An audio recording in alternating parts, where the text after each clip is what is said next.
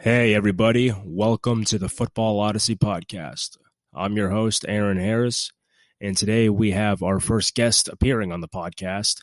And before we get to that, I just want to clarify a couple things that I misspoke on in the podcast. The first is when me and my guests were talking about the Buffalo Bills, I mentioned that they hadn't had a primetime game since 2007, which when you listen to the podcast, you'll find that how I met my guest today completely contradicts what I said later on in the conversation, so if you'll excuse that. And also, I mistakenly referred to Devin Hester as David Hester. So, Devin, I apologize to you. But aside from that, we're going to get this interview rolling. It's pre-recorded. And if you like it, feel free to subscribe and share, or go to thefootballodyssey.com, send me a message for what you think. And don't forget to follow me on Twitter and Instagram at The Football Odyssey. So, without further ado, enjoy. What's going on, everyone? This is Aaron Harris, host of the Football Odyssey podcast. And today with me, I got a buddy of mine. He's a Buffalo native and therefore a staunch member of Bills Mafia. I have with me Charles Engleka, but we all know him as Charlie. What's going on, man? Not much. Glad to be here. This is awesome. Glad to have you on. And to give everybody just a little background, Charlie and I both live here in Atlanta, and we actually met at a Steelers bar known as Smith's Old Bar. Shout out to them. And it was actually the night that Buffalo pretty much crippled the Steelers' playoff hopes with 4 Duck Hodges interceptions. But nonetheless, man, that got the conversation rolling. You know, Charlie and I were talking football all night long. And I couldn't think of anybody better to have as the first guest on this podcast. So I appreciate you coming out, man. I appreciate you having me. And actually, funny story about that. I'm sure we talked about it at some point. So that was the biggest game that the Bills have had in my time as a fan. Well, so I was born in 1990. I didn't really start paying attention or like really understanding football until essentially the drought started, which 1999 was the last time the Bills made the playoffs until 2017. If I remember correctly, that's the longest playoff drought in professional sports history. And there was a point in the middle of the drought. It was 2006, and the Bills were 9-7 going into the final game of the year. Mm-hmm. It was back when we had Drew Bledsoe and Eric Moulds and everybody, Travis Henry. And all we had to do was win that game, and we were to make the postseason.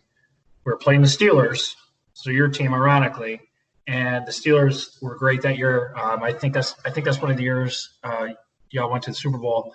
They had the playoffs locked up for like 2 weeks at least, so they put in their backups in the second half, and they were showing on the big screen, like, because we needed Jacksonville to lose or somebody like 2 things needed to happen for us to make it in, and those 2 things did happen, and then Pittsburgh put in their backups and we still lost. So that was the lowest part of the drought for me.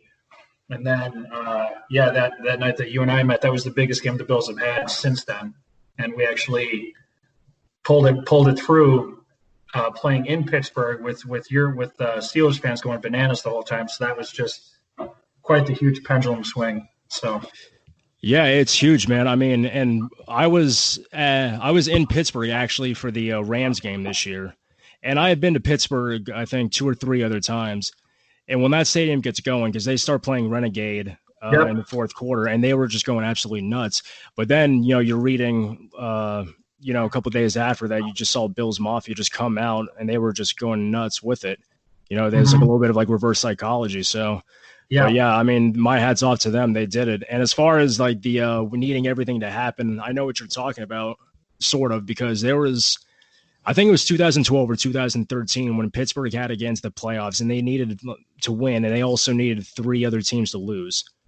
Maybe it was even 4, and they all lost except for the Chargers. Or I think actually, they needed the Chargers to lose, and they put the backups in for the Chiefs. And the Chiefs had the field goal attempt at the end of the game and missed. But they had all their backups in. So Pittsburgh almost made it in, but didn't. And then San Diego got in. So anytime that you are in a situation like that, you're like, man, just one little thing could have been different. But I guess as a fan, that's what you live and die for, right? Yeah, and so a couple years ago, 2017, when we broke the drought, to all AFC North fans' delight outside of Baltimore, they're the reason why we made it in is because they had the most epic collapse I've ever seen a professional team have outside of like the Bills and maybe the Browns. Cincinnati, absolutely nothing to play for. Playing in Baltimore, they just needed to get winning in, and then that there's like 4th and 17, or that miracle play from Andy Dalton to Tyler Boyd. Yeah, that's right. I could not believe that Baltimore let that slip. That was an absolute miracle. So like that, last year was really when I considered the drought being over, because in 2017, getting 9 wins out of that team was really impressive. Really great job done by Sean McDermott, but we didn't belong in the postseason. And, if anybody had to suffer through the Bills-Jags playoff game, you could pretty much see why. Our defense was good. Our offense was horrible. But it was good to get the monkey off the back. And then last year was really great because we 100% deserved to be there. So it was last year was a lot of fun. Yeah, definitely. I mean, I remember watching that Jacksonville Bills game in 2017 because Pittsburgh had a bye week, and I'm just sitting there thinking, my God, like, is this really what's gonna happen? And then, sure enough, Jacksonville just got that bulletin board material from AB, from Lev Bell. That's all you need, right? Right. Yeah. Yeah, that was wild because that was the big shootout between Jacksonville and Pittsburgh that year, right? Yeah, I think it ended up being a 3-point game. I think the final score was maybe 45-42, but yeah. Juju caught a touchdown with 2 seconds left in the game.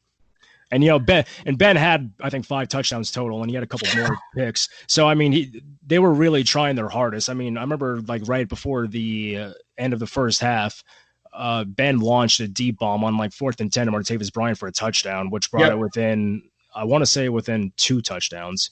And then Le'Veon Bell came with the touchdown to start off the third quarter, which brought it into a 1-touchdown game. But Jacksonville, that game was just unbelievable. And then going to New England the next week, I'm watching them play, and you really think with a little bit more aggressive play calling, they would have had that game in the bag. Yeah, which it was amazing because obviously Jacksonville was not known for their offense, and their defense was stellar. And Pittsburgh chewed them up all day long.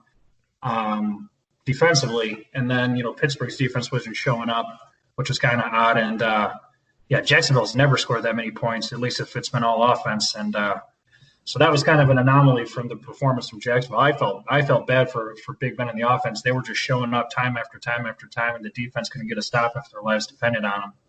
But that's what happens in the postseason, man. Just the most crazy. I mean, it's just like this past year when Tennessee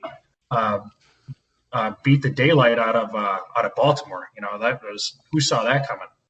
But, yeah, and there seems to be like a recipe because obviously we're not going to know whether Tennessee is going to keep this train rolling, but there seems to be that one season recipe where if you have a strong running game, a very strong defense, or an intelligent defense, and then you have a serviceable quarterback that you can kind of go the distance. Or maybe not go the distance, but you can get far into the playoffs. And, I guess we can say, ultimately it doesn't really work that way anymore because, the quarterbacks that are winning the game now are the ones who are going to the Hall of Fame. But, it makes you wonder, to really win a championship, it's kind of a situation where you either need to have an outstanding quarterback and a serviceable defense, or vice versa. You need to have like an outstanding defense and a serviceable quarterback, Yeah, and momentum is also huge going into the postseason. And that's exactly what Tennessee had. As they started off, can't remember, their record was okay, and then they lost a bunch, and then Tannehill came in, and then they won like 8 or 9 straight games or something crazy. And they reminded me a little bit of the Giants from way back when the Giants upset the Patriots twice in the Super Bowl, because they were far from the best team in the postseason, but they were, hitting on all cylinders at the right time, and they rolled that all the way through to make the Super Bowl and then obviously win those games. So Tennessee was very much like that. But, Kansas City is a tough one to beat, especially at home. So. Well, I mean, while we're on the topic of Kansas City, I mean, you have the 49ers who really just had that game well in control. And they still, they played the game really that they were looking to play, and they still lost by, what was it, 10, 11 points? Yeah. I think it's kind of the case of when you have an offense as good as Kansas City's, keeping them quiet for as long as they did was incredible. But it's when you have a team that's that good and that opportunistic, and then with the firepower that they have, if they get just like a crack of daylight and they take advantage, and then that just crack gets wider and wider and wider, and then they start the momentum and the other team falls apart.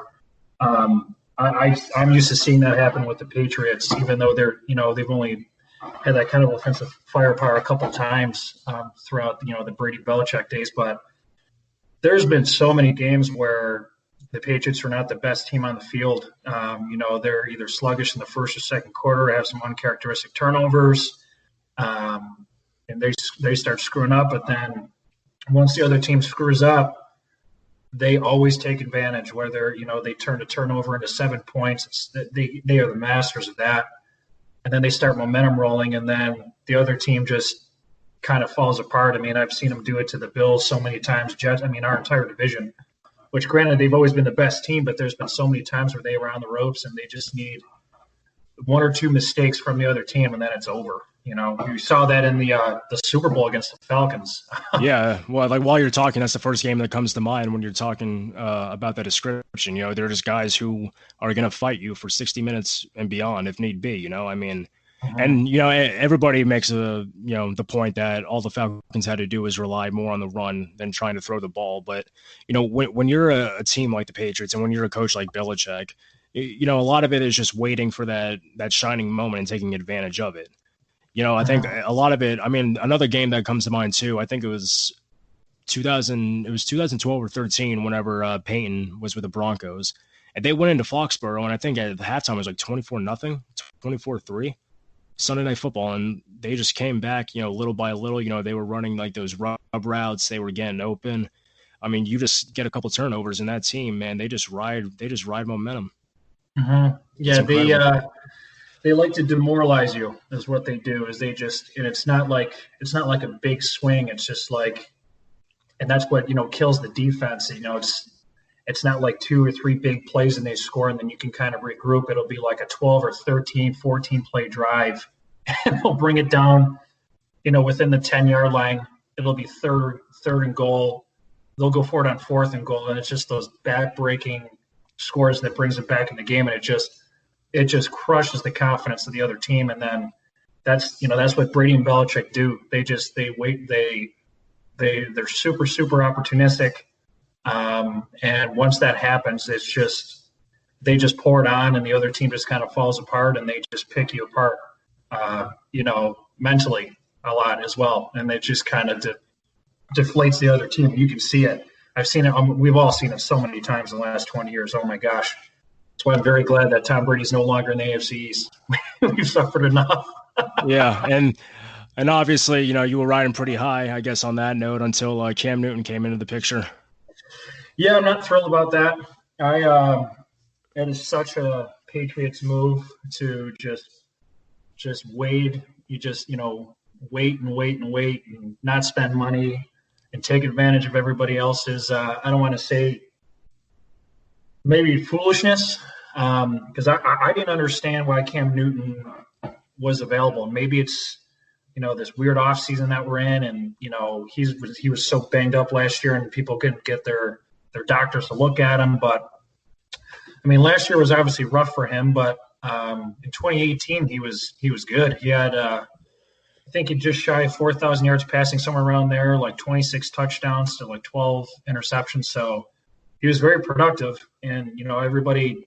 We all know that he hasn't had much help in terms of his skill position players. I think that was McCaffrey's first year, so that was really helpful, but hasn't really had good receivers. Greg Olsen was good, but he was productive 2 years ago, and then he was unhealthy in a really, really bad team. And, from the videos I've been seeing of him posting, he looks like he's in tremendous shape. No, that doesn't mean that, his shoulder is all better and his ankle's all better. He was really beat up, but he's not going to be – Belichick is not going to ask him to – run the ball 18 times a game.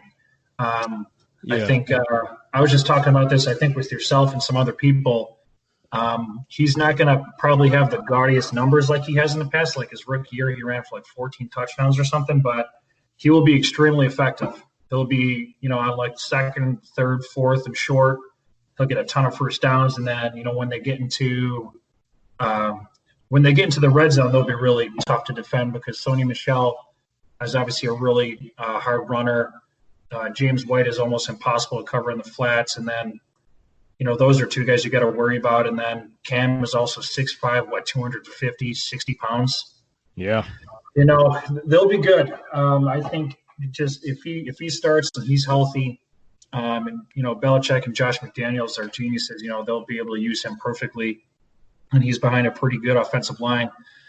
He'll give him another win or two just alone if he can stay healthy, which is disappointing because I was really hoping. I mean, it is a big if. We talked about why is he on the market in the first place, and injuries at a certain point do kind of, whether they affect you or not, they do kind of affect the way the front office thinks. So, and the fact that they had a new coach coming in, he might want something different than what he had in Cam, but the guy's a good intermediate throw. He hits the intermediate throws. He can hit the short game. And, when you think about Cam, you always think of like his first few years, like in that rookie season when he was throwing the ball downfield left and right. I mean, it was amazing to watch on top of him just running over people. I mean, really, it was an outstanding, freshman season for a kid. But I think, when you look at Belichick and Brady, or Belichick and McDaniels, it's definitely a good pair, and one feeds off the other, I really think, because Belichick is obviously the defensive mastermind that everybody recognizes him as. And McDaniels, he's had a lot of other opportunities to go elsewhere, but, there's just some rapport that he has with Bill that just keeps that train rolling no matter really what the roster is like. Well, I think he, like everybody else in the NFL that signs with the Patriots and takes less money, they just like to win. That's true. I mean, McDaniels he's had an outstanding career, and he walked away from the Indy job. And Indy was lucky to Frank Reich is a pretty darn good plan B.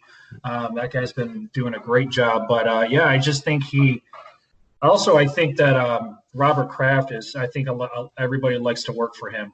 He seems like a very player staff friendly owner.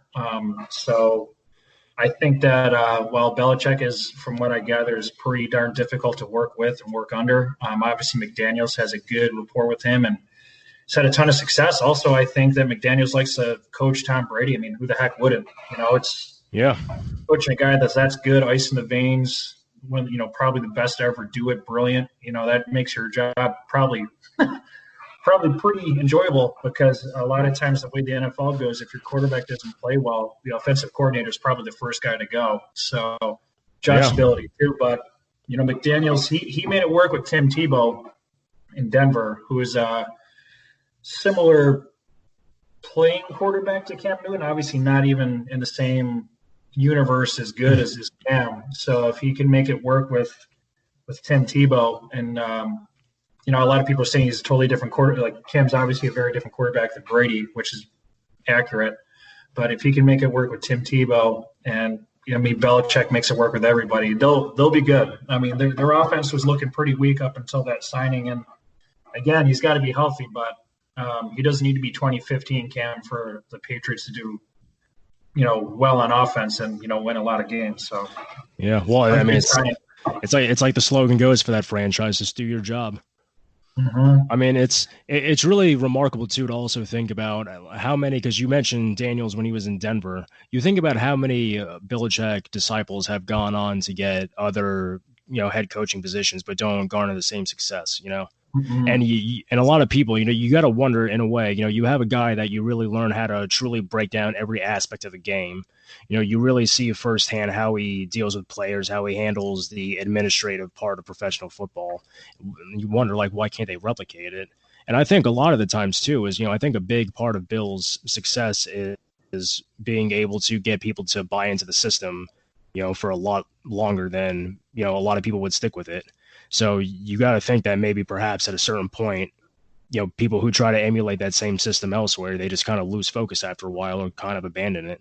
Because, when you take a guy like you have Tom Brady, who, I think everybody recognizes as the best quarterback of all time. He's not getting any preferential treatment.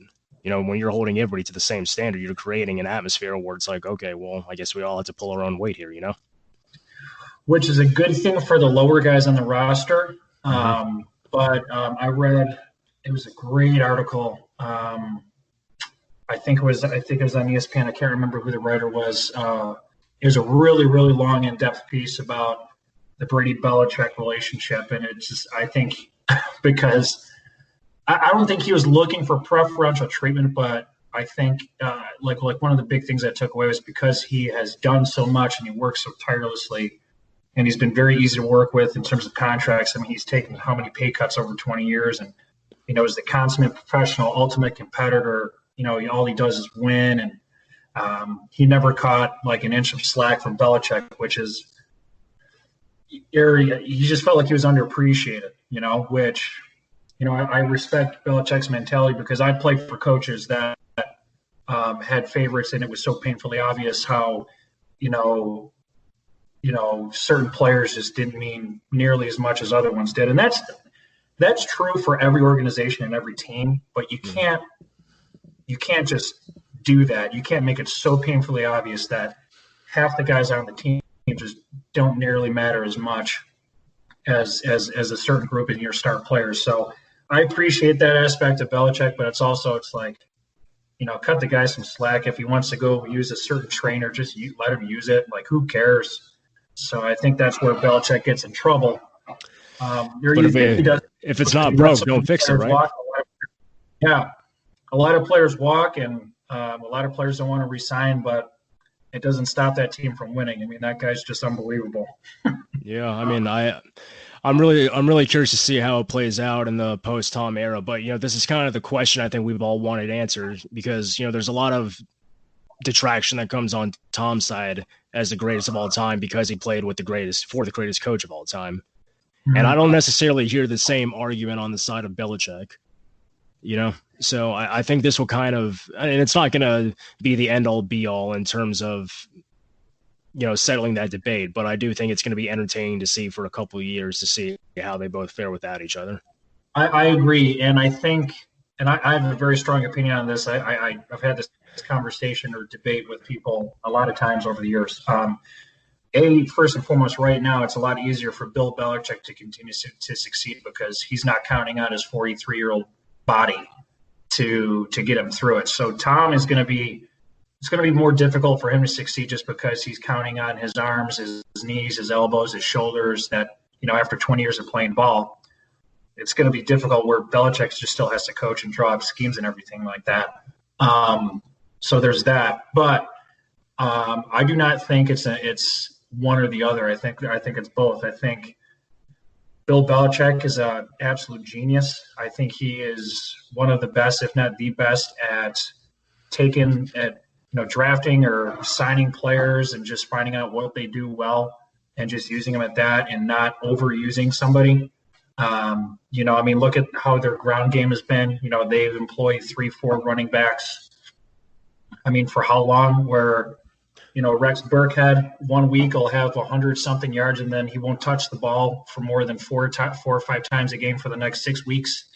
Wes Welker was returning punts when Miami, and then he signs in New England. He catches 500 or 100 passes or more. He had 100 catches or more 5 times. But at the same time, it's like, Brady's the one that is on the field and he makes a super clutch throws and he keeps everybody composed. I think they both would have been Hall of Famers either way, and they both would have at least made it to at least 1 or 2 Super Bowls and probably won at least one. I know in like a 20-year span, but the reason why the Patriots are the greatest dynasty in NFL history, the past 20 years, with the constant AFC Championship, Super Bowl appearances and wins, is because those two have been together for that long. The whole, everything runs through those two. And I don't think that either one of them would have had a shorter career or, maybe not as individually successful, but, in terms of how the wins have stacked up and the Super Bowls and the AFC Championships and all that, it's because they've been together, because they're the perfect pair. They are just the most ruthless competitors and are willing to do whatever it takes to win. They're both extremely smart. They both have ice in the veins. They outwill people. They're a match made in heaven in terms of a coach and quarterback. So they both would have had super successful careers if they were independent from one another for a long time. But because they've been together for so long, that's why the Patriots are the dynasty as we know them as, in my opinion. Yeah, and when you put in the perspective of 20 years, a dynasty that runs for 20 years, it's really mind-boggling to think about, because when you think to the 2001, 2003, and 2004 Super Bowls, you're talking about a defensive group that a lot of those guys had actually been on the team since the late 90s. A lot of them had actually been coached. Some of them were coached by Belichick when he was actually on Parcells' defensive staff when they went to the Super Bowl in '96. So you have Belichick, who comes in with a little bit of familiarity with what he has on the roster, right? And then, he sees a guy in Tom who was kind of forced into the situation, obviously, with Drew's hit that knocked him out from Mo Lewis. Yep. And it just seems like lightning struck in a bottle. I don't remember I think they were 11-5 that 2001 season, but it's like instantaneously they just completely reshifted their game plan to more of a conservative passing game with, a good running game with Antoine Smith. And, it's interesting to see how the guy really will kind of tailor a game plan towards his player's strengths while also making it work as a detractor to his opponent's weakness or the adaptability of Belichick, and obviously his players, because they have to execute it, is unbelievable. Like, whether it's how he's going to structure a season, where, shortly after, Randy Moss and, Gronk and Welker all left, where they were super, super pass happy. And obviously Gronk stayed a lot longer than Welker and Moss. They went to a heavy run game. And, when they went to – I can't remember what Super Bowl they won, or at least appeared in, when LeGarrette Blount had like 18 touchdowns. It's like whether he wants to structure the season that way or definitely in game.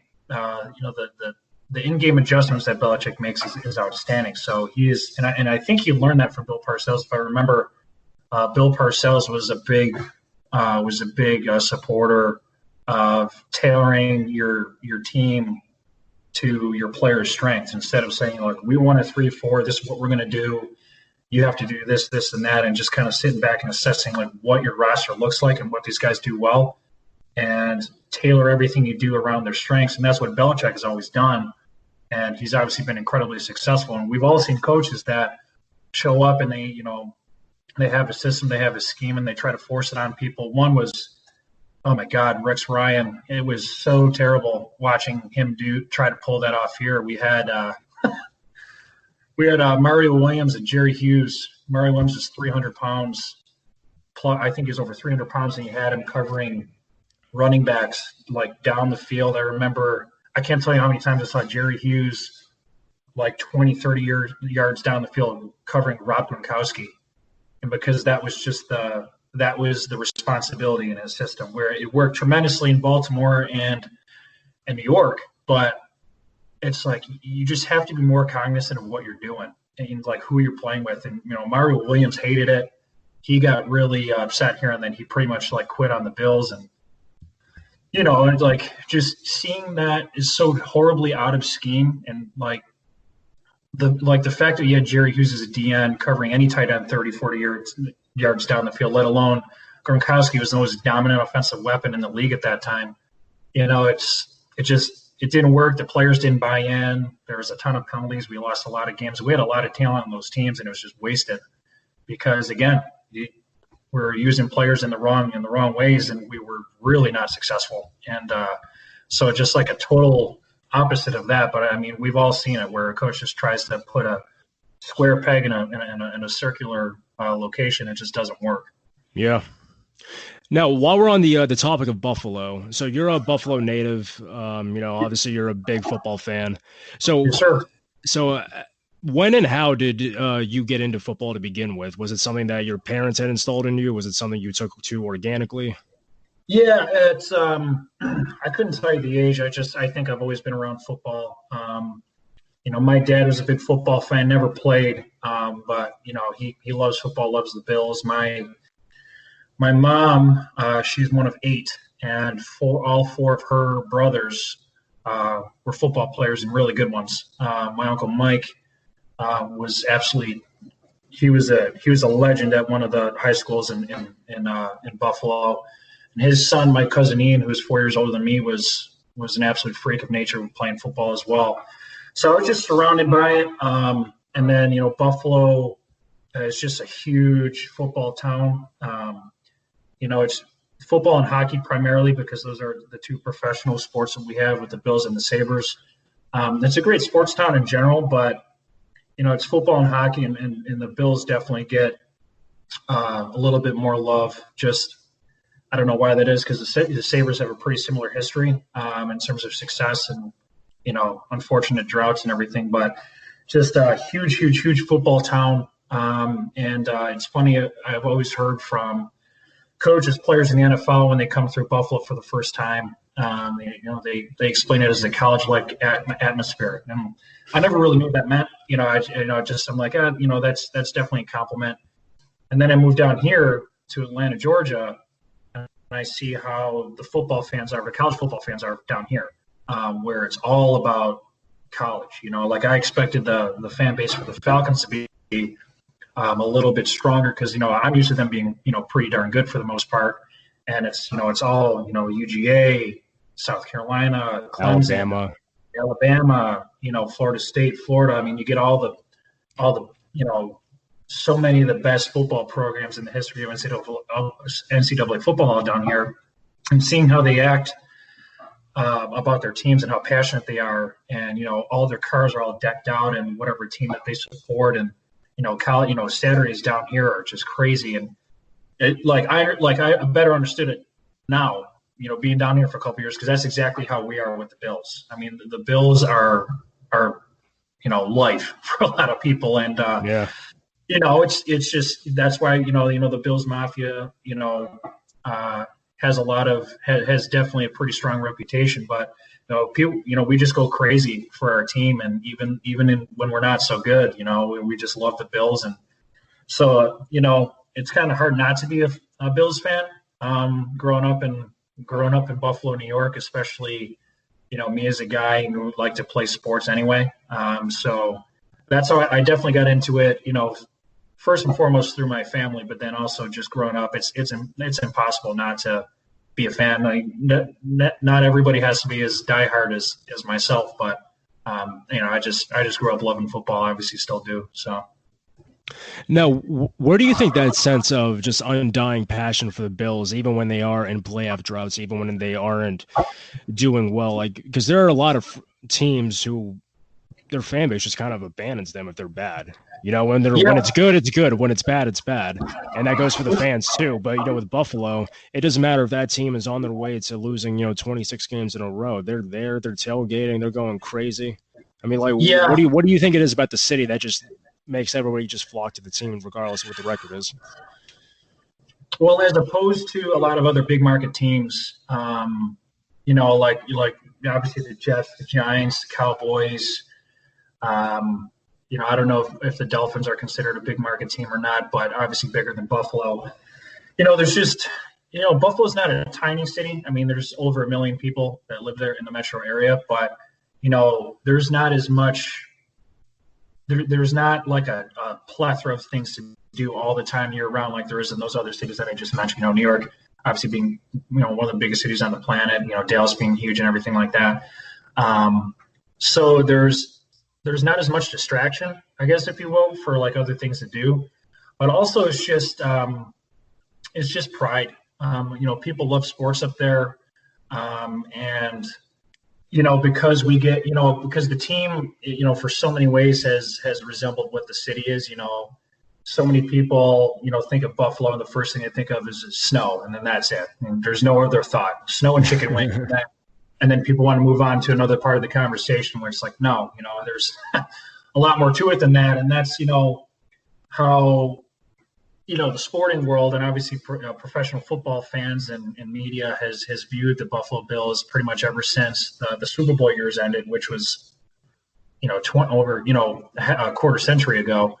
Because we haven't, to be fair, the Bills franchise hasn't given a whole lot of reason outside of the last couple of years to give it a whole lot of thought because we've been so bad for so long. But people just don't really take it seriously. I can't tell you how many times I'd be watching a Bills game and the commentator has the names of the players wrong. And, it's just embarrassing. And it's just it's because, on a national level, people haven't really taken the Bills super seriously. Definitely Bills fans and, Buffalonians, like kind of, they take that personally. It's just kind of disrespectful. And even though the team's not doing good, it's like, do your diligence, know who the players are, things of that nature. So, I don't know. And I think a lot of it started just, the Bills do have a really decorated history. They were really good in the 70s, the 80s, not so good. And then, they had the four years in a row Super Bowl run, which obviously we didn't win any, but that's a feat that still hasn't been matched. I think a lot of it just started then. I mean, it's just generation about generation of people, everybody's father, grandfather, great-grandfather, uncle, whatever, mom, sister, and everybody loves the Bills and have loved them for so long. It's just something that's kind of inherited. And, we just love our team. And even, it's something that I recommend to everybody, who's a football fan. It's like, just, go watch a game in Buffalo, like whether, if it's, you and, picking a Steelers game playing in Buffalo or something like that, just go to that game and just see how it is. Cause the tailgate is phenomenal. And then obviously the game experience, people just go absolutely bananas and it's great. It's great when we do good and, we didn't do good for a long time, but it's still people would show up and show out and it's great. And, we absolutely love it when we win, hate it when we lose, but I guess that's just, I kind of got long-winded there, but there's a lot of reasons to that. I think it's just, small town, we have two sports teams and, the Bills go back, 60 something years now, I want to say. So we've been around for a long time and people have been cheering for them for a long time and they've been good a lot.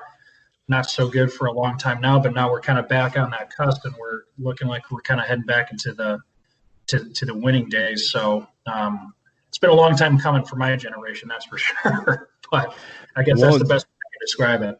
Well, yeah, and you definitely have to take it as it comes because you never, like you mentioned, 4 straight Super Bowls is something that hasn't been done, before or since. And when you think about it, when you look at what that team was able to accomplish, it's easy to mark them off as, losing 4 straight Super Bowls, and that's good to, make fun of a Bills fan, here and there. But, when you think about that and the way they did it too, because we know when you think of a high flying offense that's, shattering records, you're not thinking of Buffalo first and foremost. There's that old adage where, if it's snowing, then, it's easier to run the ball. And I think we all know that's not the case at all. It's just as difficult to run, you still got to hold on to the ball. But really what you're saying makes sense because you find in a lot of small towns, be it whether it's a professional football team or even all the way down to a high school team, when you have like an identity that's really based around sports and it's specifically football, coming from the conditions that you're talking about with like harsh weather, you really like find something to really hang on to with the team and you really identify it in that sense.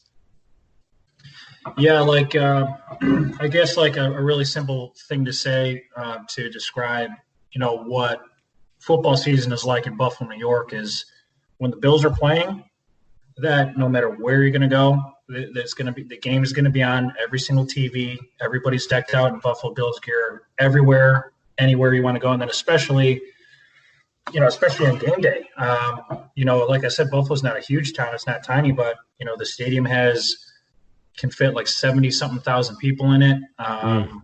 People are tailgating around the stadium that don't have tickets, and the bars are filled up. And like Sundays in Buffalo are dedicated to the Buffalo Bills. And obviously, we watch football. It's just like I said, it's a football town, sports town, so we watch everything. But like, it is impossible not to know that the Bills are playing on Sunday in Buffalo, New York. If that makes sense, it's just it's so huge for the city.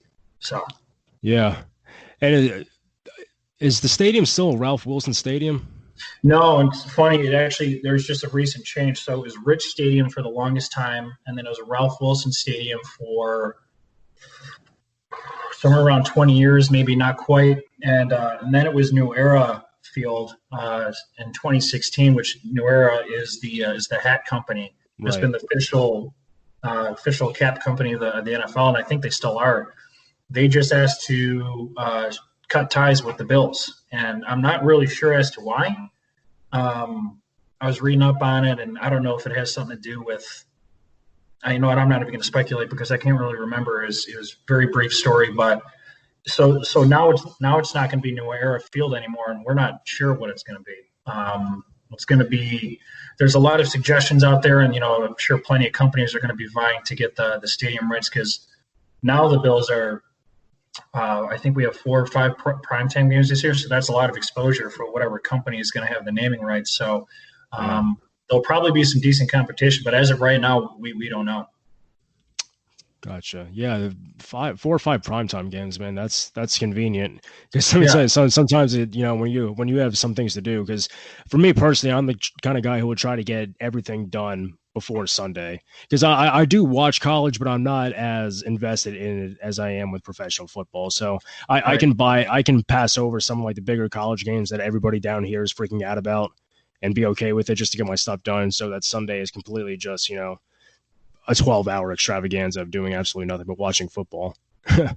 But, I mean, yeah, for the Bills to have 4 or 5 primetime games, that's huge, Because I think the last time they actually had a primetime game, I could be mistaken, but I think it was 2007 against the Patriots. That was the last Sunday night game in a while, and we got absolutely crushed. It was like, They scored like 50-something points. I think we might have got 3 or 10 or something like that. It was ugly. Moss we didn't have the Sunday night game in a while. Yeah, and then last year, we had the game against the Steelers, and then we had I think a Saturday night game as well. I can't remember. Was the Steelers game Sunday night? That was Sunday night. Actually, it was the I think it was actually the week after where they played New England that Saturday night, like the weekend before Christmas. Yep. Yeah. And then the Thanksgiving game against Dallas, which that's not a nighttime game, but it's definitely prime time. Oh, absolutely. Everybody's watching. That's the only game on. Yeah, so we had a few more last year than we're used to having, and then because of last year's success, we got a lot. So the Bills will be, in the national spotlight quite a bit this year, and I just hope we'd show up like we did last year. Because when we did that against, Patriots, Steelers, and Cowboys, we won 2 out of those 3 games, and the Patriots we just barely lost. So I'm hoping it's going to continue. We have a stronger roster than we had last year. A lot of continuity, and a lot of our, we have so many really young players that we're really counting on. So they're just getting more experience. So. It should be good, but the Bills are also playing the NFC West and the AFC West respectively for our out of divisions that we're playing. So those are probably the 2 strongest divisions in football. So that makes things pretty difficult. Well, hey, if you want to be considered, one of the best teams, one of the big boys, you got to play with them, right? You're right. You're absolutely right. That's something to look forward to. Mm-hmm. And now you also mentioned that you played football, right? Yes, sir. I played for 10 years. Started playing in elementary school. I played Little League football 2 years. 2 years I played there, and that was actually kind of tough because even though I was one of the bigger guys on the squad at that time, I was playing with guys that had been playing football since they were about 5 and 6, and they just knew what they were doing, and I didn't. They knew how to hit, they knew how to get low, they knew how to use leverage, and they were used to getting beat up. They were tough. Yeah. Oh my God! So it was kind of like baptism by fire there. So took my lumps there for sure, and then played 4 years of high school football at Bishop Timon St. Jude, and then from there. I played 4 years at Alfred University, it's Division III program in West New York, located about 2 hours south of Buffalo. Okay. So elementary, high school, and D3 football, of those 3, which did you find the most enjoyment in? That's a really good question. And I struggle with that because high school is when I had the most individual success. I had 2 years of Little Loop. I knew what I was doing. Played at a relatively small school. So we're kind of scrappy. Play with a lot of talented guys. We just had a very small team. We didn't win a whole lot. My junior year, I was named all conference, and I was actually in line to have a really big senior season. Then I tore my meniscus in camp. Tried to play on it for a game, got through one game, and then the second game tore it again, and that was the end of my year. So then, a lot of the recruiting I was getting fell off, for D1, D1 AA. And then I got recruited still pretty heavily by Alfred University. Went out there, saw the campus, met the coaching staff, learned about the program, and I was really impressed when I went there. Unfortunately, my career at Alfred was not what I was hoping for individually. I was very naive to how serious Division III football is. When I was coming into it, I'm like, okay, this is the lowest level of college football. I'll start 2 or 3 years here minimum. I was getting scouted by University of Buffalo, by some D1 AA programs. I'm like, this should be no problem. And I was very wrong. It was very ignorant of me to think that. And I show up and I see these guys that are just freaks of nature. And I just, I was tall, but I wasn't as big as everybody else. So I didn't get a whole lot of playing time. But on the flip side, where I got a ton of playing time in high school and we lost all the time, that was rough. I loved playing and, I loved the experience on the field, but I hated losing. We lost all the time. And so then I go to Alfred, and while I'm not personally on the field as much, all we did was win. We just won all the time. And I think my freshman year, we were 7-4, and that was like a huge disappointment. And I was a part of, up until Alfred recently got just as far in the tournament, I was a part of the best team that Alfred has ever had. First team to win a playoff game, and we made it to the Elite Eight, and actually lost to Mount Union. If you're familiar, Mount Union is a team that should have nothing to do with Division III football. They should be Division I AA at the very minimum. But yeah, we had our teams were so good, and I just played with, high school too, but in college they were just the toughest guys, super hardworking, super dedicated, and I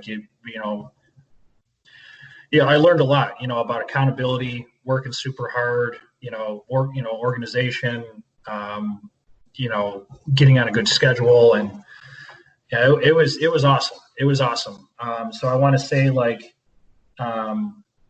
on the field, I had more fun playing probably in high school because I was, on the field constantly. But college was great. It was great to be part of those teams.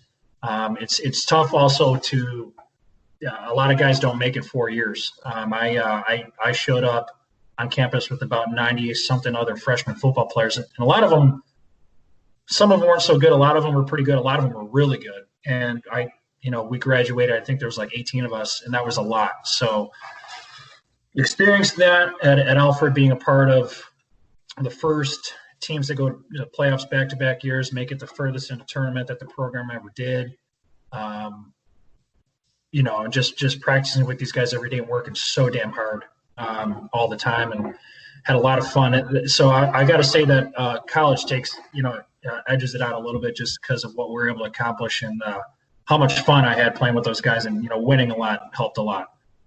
Yeah. So, but before, because I'm really interested in the perspective of D3 schools, because I feel like, D1 AA, you get some credit, you're probably on the cusp of being D1, and then D2 is kind of like, okay, it's a step below, and then people just completely disregard D3. So I'm interested in seeing the world of D3 football.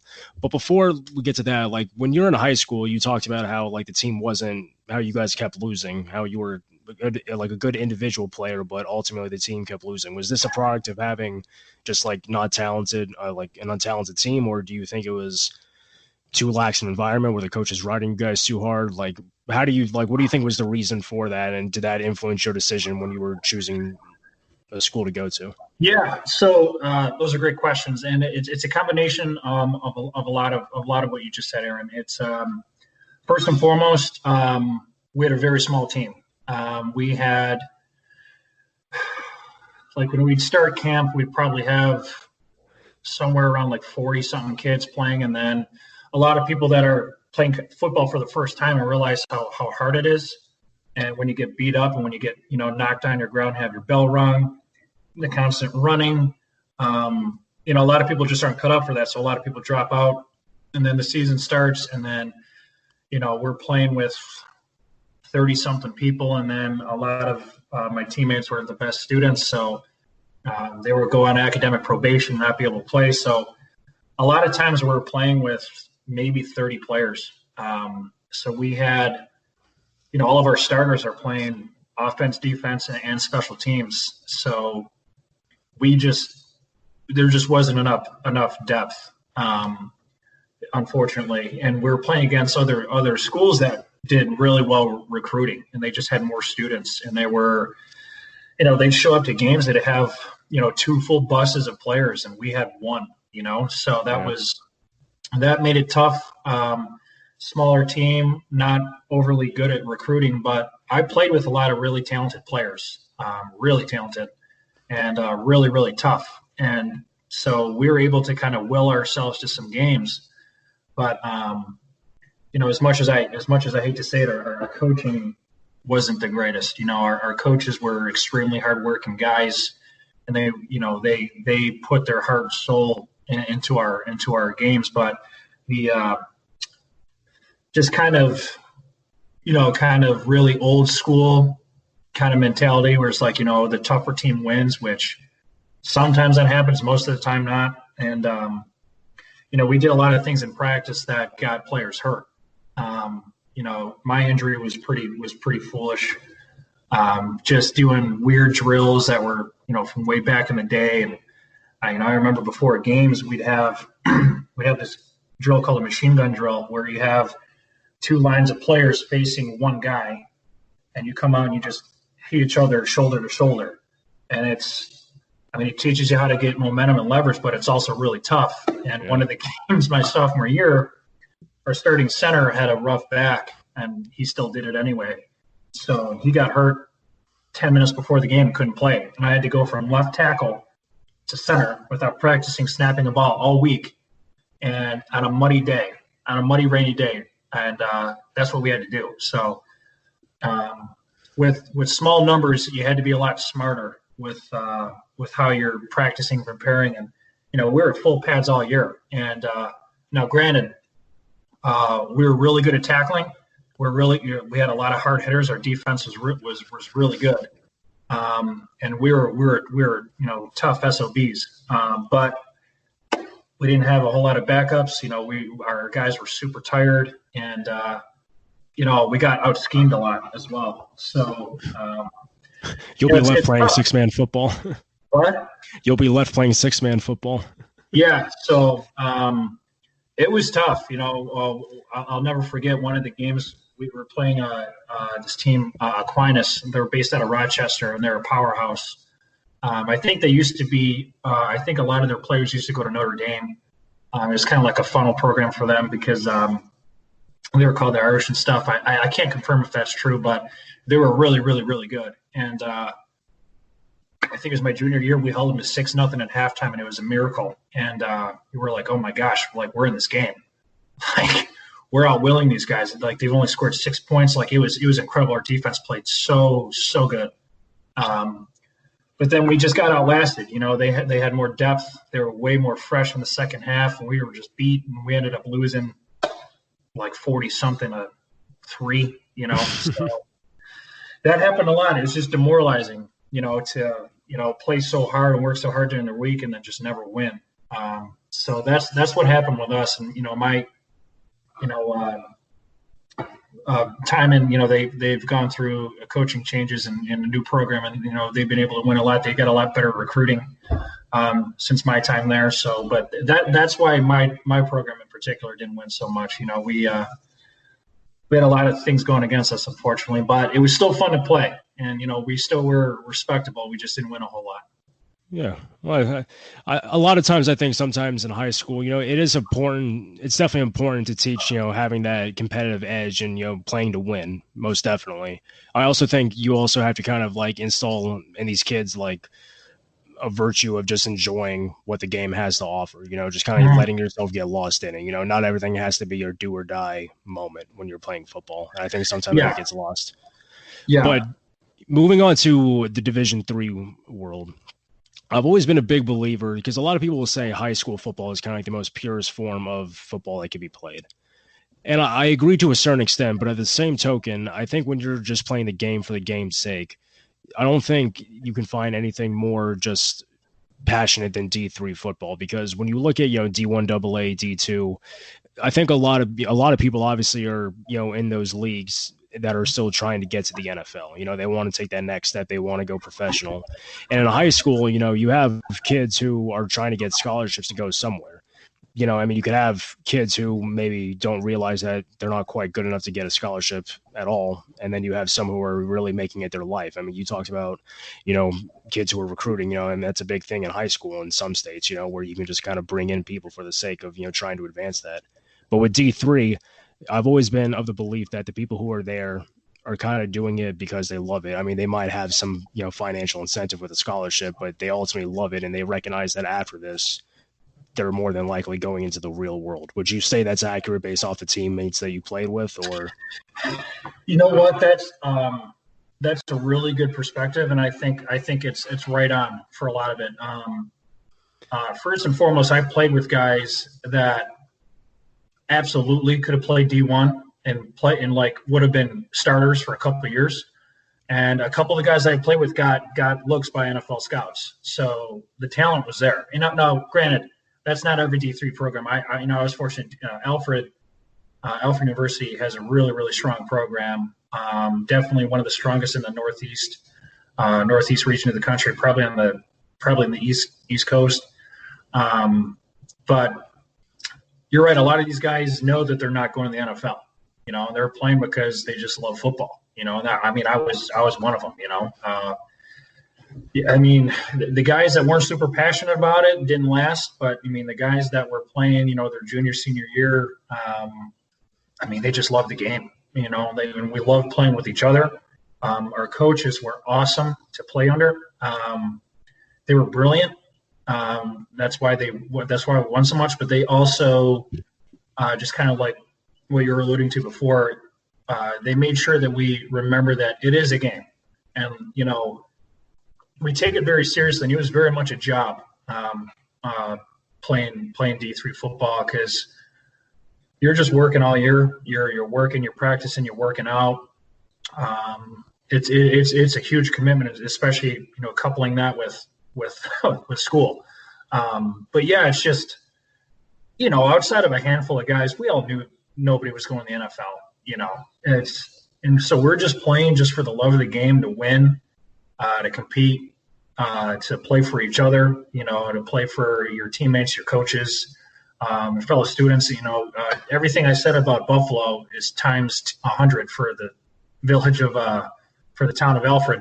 Literally one red light in that entire town, and the only reason why that red light is necessary is because on the left-hand side is Alfred University, and the right-hand side is Alfred State College.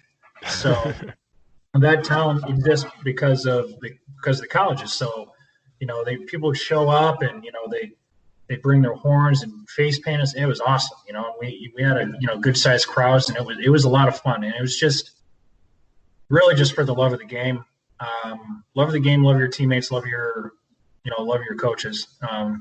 But again, there was a couple of guys that had a legitimate shot. It never worked out, but there's some serious talent that I played with. I was amazed with the guys that I played with.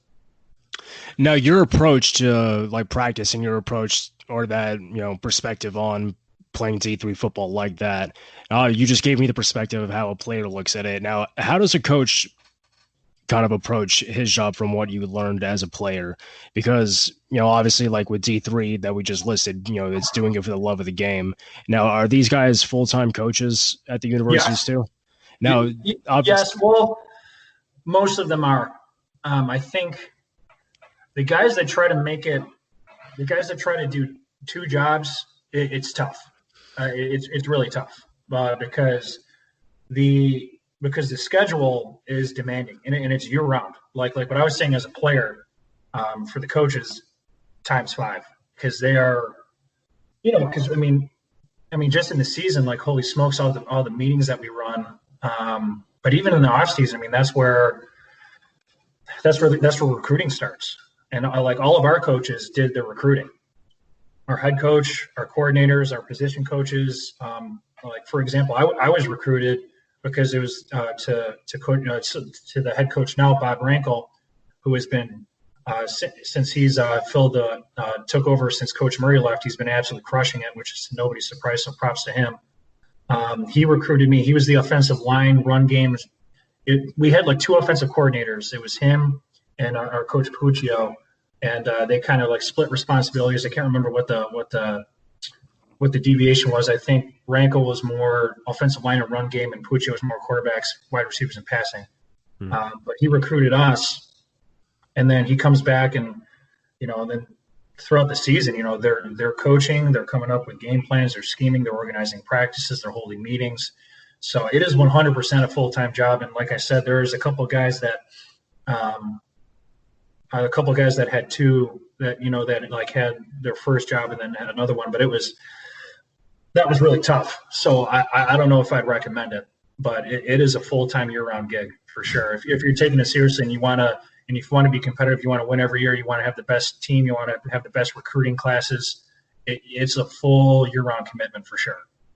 Yeah, it's definitely not what people expect. Because I think when you mention D3 football, a lot of people probably look at something similar to Blue Mountain State. Remember that TV show? I watched a couple episodes. That show is hilarious.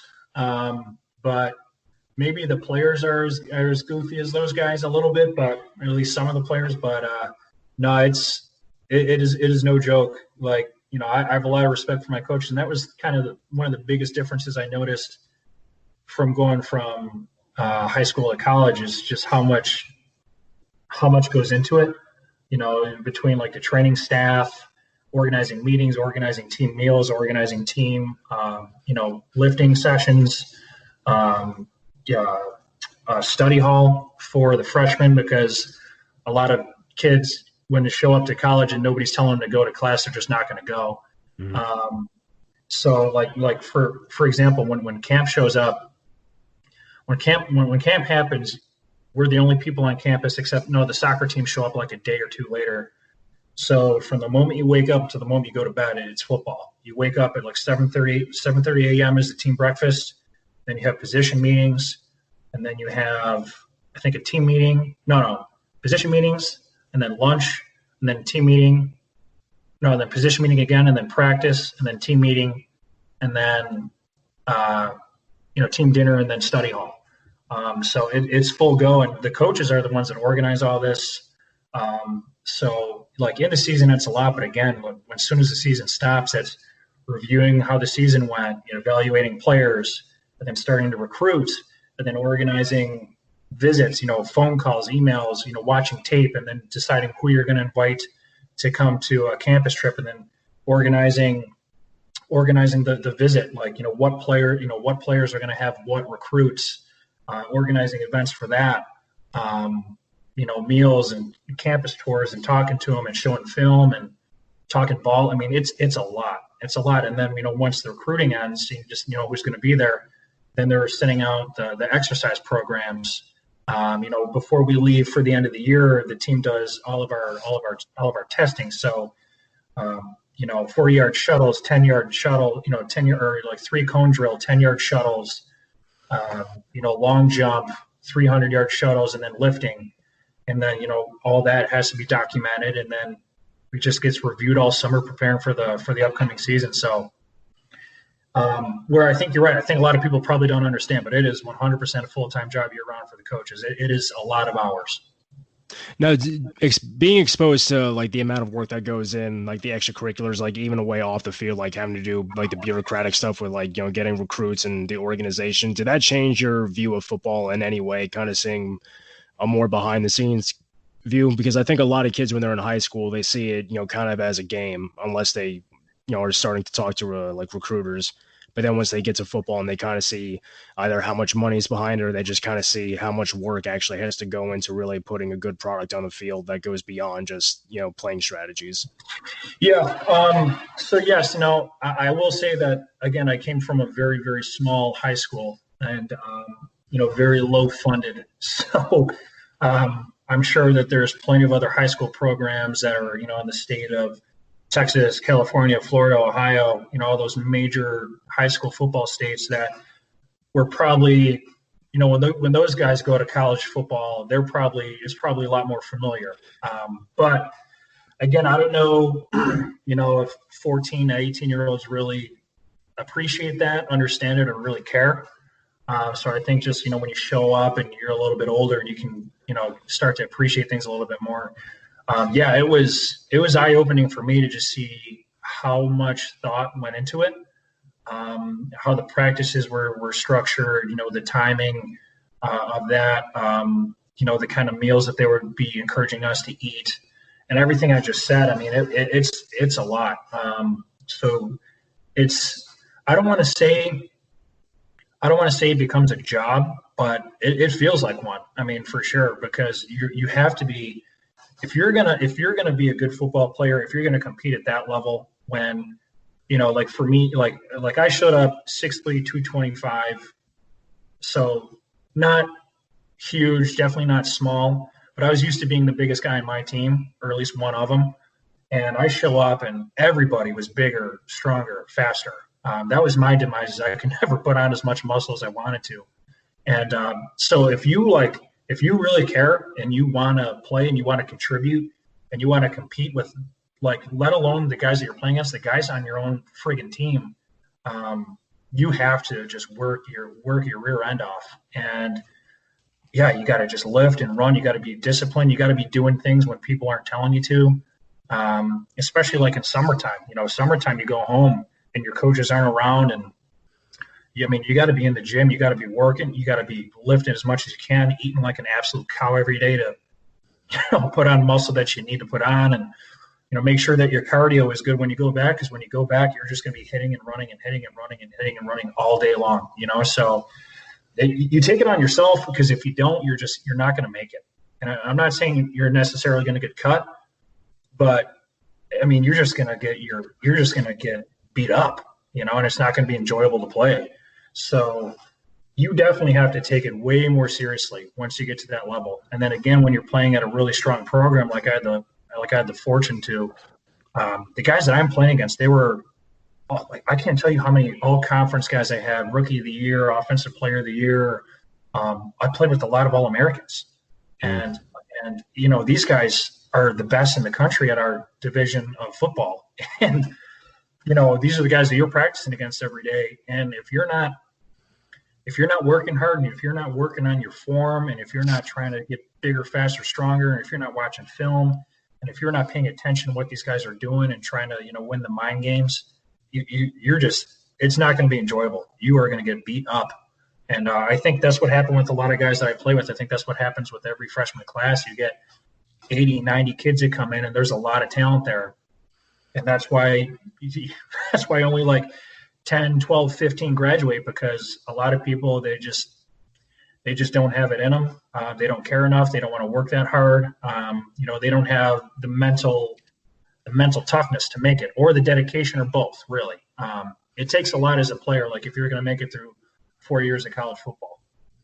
Now, for someone like you who was on, because you mentioned how you were on the winning team and you didn't necessarily play as much as you did when you were in high school, and yet here you are getting up early in the morning, lifting weights, having to balance, basically doing school plus football, which takes up an ample amount of time. How does someone like you really keep focus? Is it the fact that you could be going in? What position did you play? Defensive end. So was it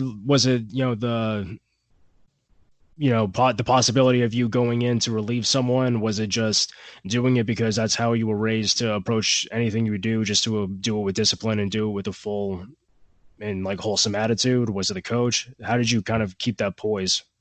It was a combination of pretty much everything you just said, Aaron. I was just raised to be a hard worker, to show up when I'm supposed to show up and, give it my all. And it's just that's just something I have just naturally. Again, I come from a family of athletes. So we love I love the game. And I don't ever want to be, I was always trying to get better. First and foremost, when I showed up to Alfred, and I was not even close to the best athlete or biggest, fastest, strongest guy on the team, as I, that's, I don't want to say I took all those titles on, my high school team, but I was definitely one of the strongest players. And just going from top of the totem pole to the absolute bottom, like overnight, that was a big smack in the face for me, as a wake up call. And, I'm playing with these guys that are just so big, so strong, so fast, and they're just good. They're smart, they're tough, and they're freaking crazy. I didn't show up. I didn't work my tail off. 6 months of recovery from torn meniscus that ruined my senior year of football, which is probably would have been my greatest individual year of my career. Had I not got hurt, to show up and quit or to just not be a factor on the team. I did not like not playing on Saturdays for sure, but fortunately, throughout my hard work and always showing up on time and working my tail off and winning, always coming first or second in sprints, at the end of practice, building a reputation. I had a lot of funny nicknames in college because I had a screw loose on the field, and I had to, or I wasn't going to make it because everybody was so much stronger. And, really, there's just guys that were just better than me, and combine that with the fact that they can lift twice as much as I can. And, they weigh 100 pounds more and they're not slow. If I didn't have a screw loose, I would have never made it 4 years, So I wanted to contribute. I wanted to have the respect of my teammates and my coaches. I wanted to be viewed as a valuable member of the team. I wanted to help my teammates win games. And even though I didn't get to show that nearly as much as I wanted to on Saturdays, I definitely graduated with the respect of my teammates, that were before me, the same year as me, after me, my coaches.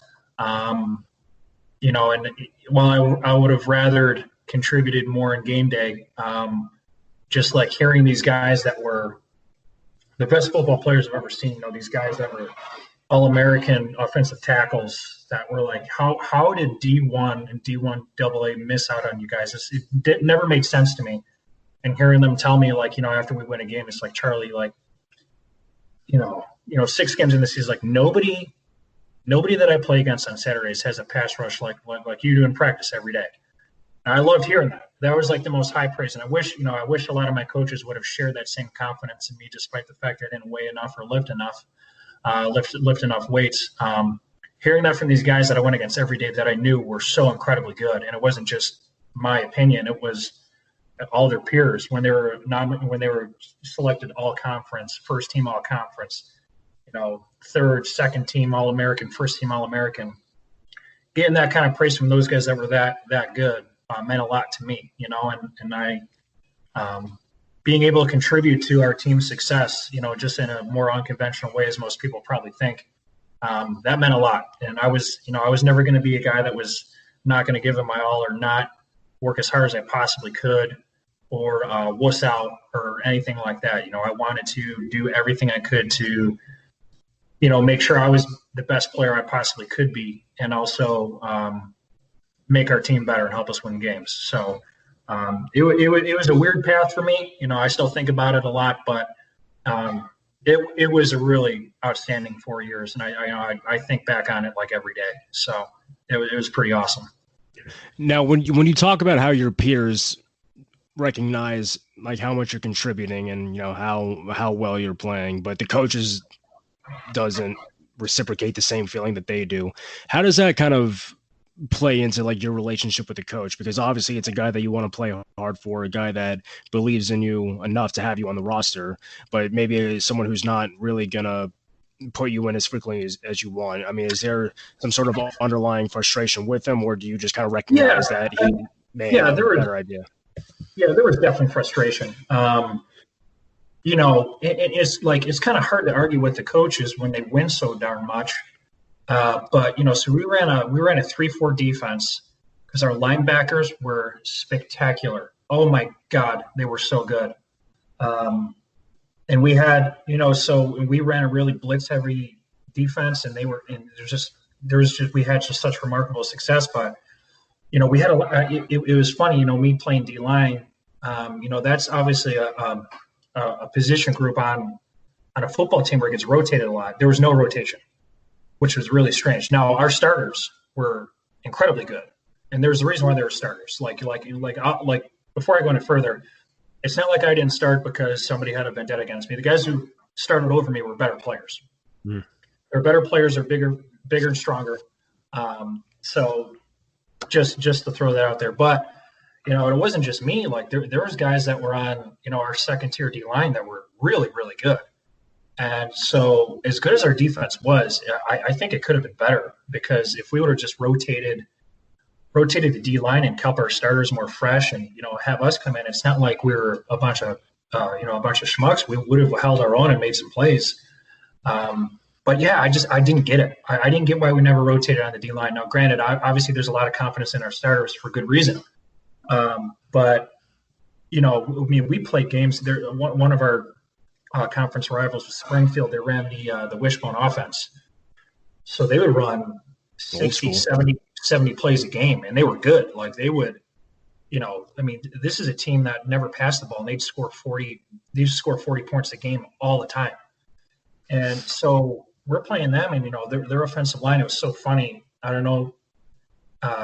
It was so funny going against them because all they did was chop block. And their offensive line were tall, skinny guys that looked like me almost. You're a little bit heavier, but because they would just run all over the field, and they get to the second level and they would pull all the time, and they'd be having to run out and get your linebackers like quickly, and defensive backs quickly all the time, and their stances looked like ours did, because they had their ears pinged back because they were going forward every single time. So they had a really good program.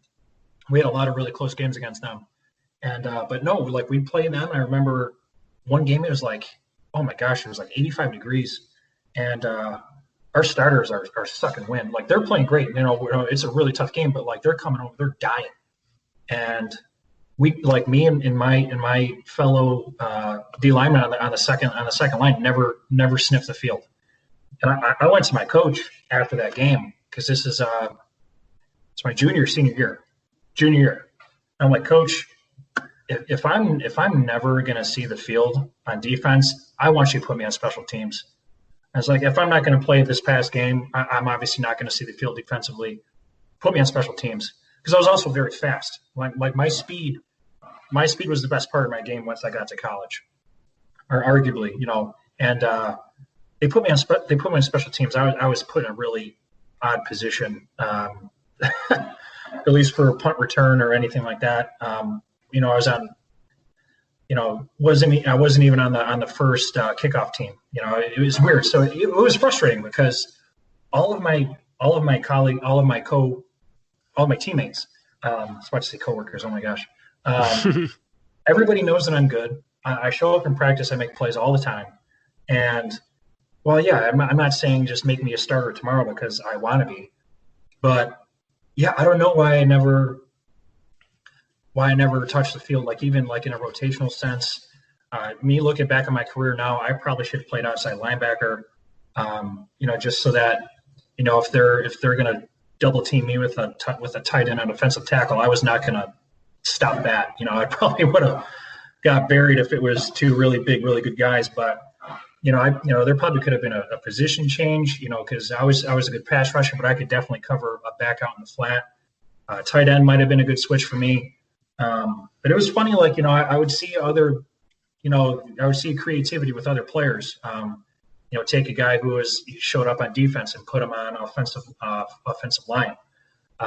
One of the guys I played with, he was a linebacker. He was a big dude. His name is Ryan DeFlavio. He's from West Seneca, so essentially Buffalo, New York, and he actually became. So he was. I don't even think he's 6 feet. He might be six feet tall. And he came in as a linebacker. He's a big dude, but really fast and super athletic and really strong. And he was like, no, you're going to play offensive tackle. And like from his predecessor, his predecessors were like 6'3", 290, 6'5", 310, all Americans. And for him to take over that, he was I think he was like 6 feet, not, didn't have long arms, long legs or anything like that, but they made that switch. And he was outstanding. He was an absolute stud. So seeing that happen around the team and like not happening with me, I don't know. It was definitely frustrating. I don't know why.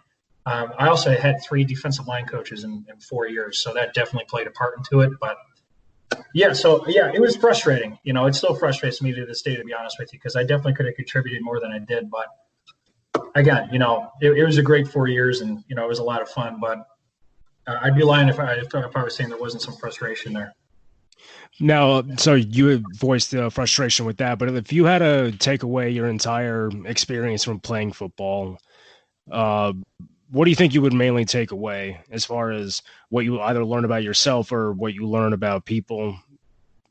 Or, even that's not necessarily something that you would do over again, or something that maybe you would do the same if you had the chance, but like, what's something you really took away that stood out to you from playing football all those years? It teaches you how to be a man. Straight up, that is the number one thing. And, for any, this is not just football related, this is how sports are. So it makes boys men and girls women. Football,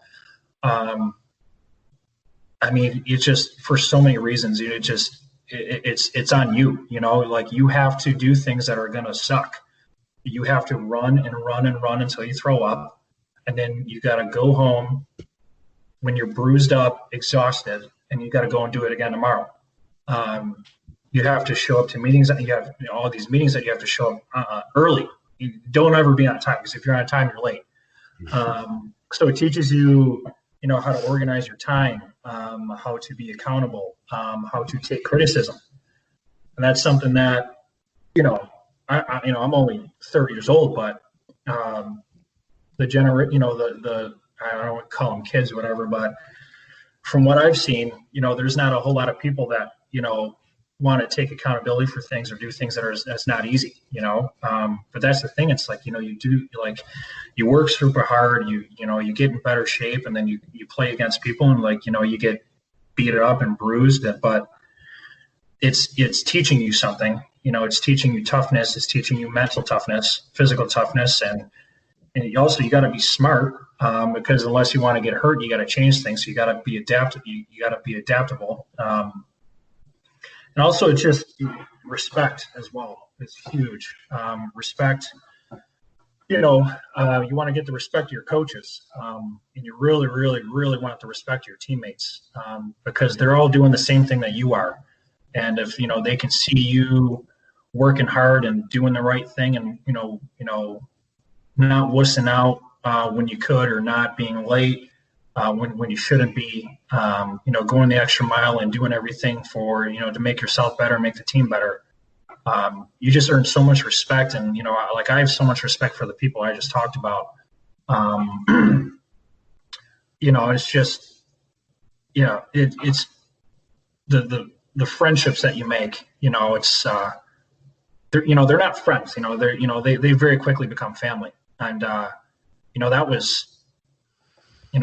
that's what always makes it hard when you have to walk away. That's what made it hard when I graduated from high school. That's what made it hard when I was graduating from college. It wasn't, of course I was going to miss playing ball and, hitting people and stuff and all that. But the reason why, I cried my eyes out that day is because I was going to miss playing ball with those guys and, for my coaches, because you spend so much time with those guys in 4 years and you're so close and you go through so much together, and you witness other guys suffer injuries and how hard it is to come back from that. And, people that get, their rear kicked in and get back up and ready to go the next play. I mean, you learn a lot about people, and you just grow up really quick and you become a man, and it's, it just goes so far beyond the football field. And I know that sounds very cliche, but it's just so true. I learned so much from all my years playing football, from, 6th grade, 6th, 7th grade, whatever it was, through, my senior year in college. You learn so much, you grow as a person, you become, responsible, respectful, accountable. It's, it just, that is 100% the most I'll take away. And, before I wrap up on that, a guy that I had the fortune to know and to play with, his name was Nick Clark. And unfortunately, 2 years ago, so to preface this real quick, He got a D1 scholarship to be a wrestler at University of North Carolina. I'm pretty familiar. It was North Carolina somewhere. I'm pretty sure it was UNC. And he eventually transferred to Alfred because he wanted to play football. And he was, man, I played with a lot of really talented guys, some guys that blew my mind, but he was the best football player I've ever seen. He was linebacker, rookie of the year in our conference. I think he made all conference all 4 years. He was an All-American. I think he graduated with school with the most tackles in school history. Tons of sacks. He was a running he was our running back in our power package. He ran for a ton of touchdowns. He was just the consummate leader, hard worker. He never made a mistake. He was so tough. Oh my gosh. He hit like an absolute freight train. Never missed a tackle, never missed a practice. He was always the first one to show up for meetings, for meals, for practice, for everything. He was incredible. And then after we went to college, after we graduated, he became a state trooper.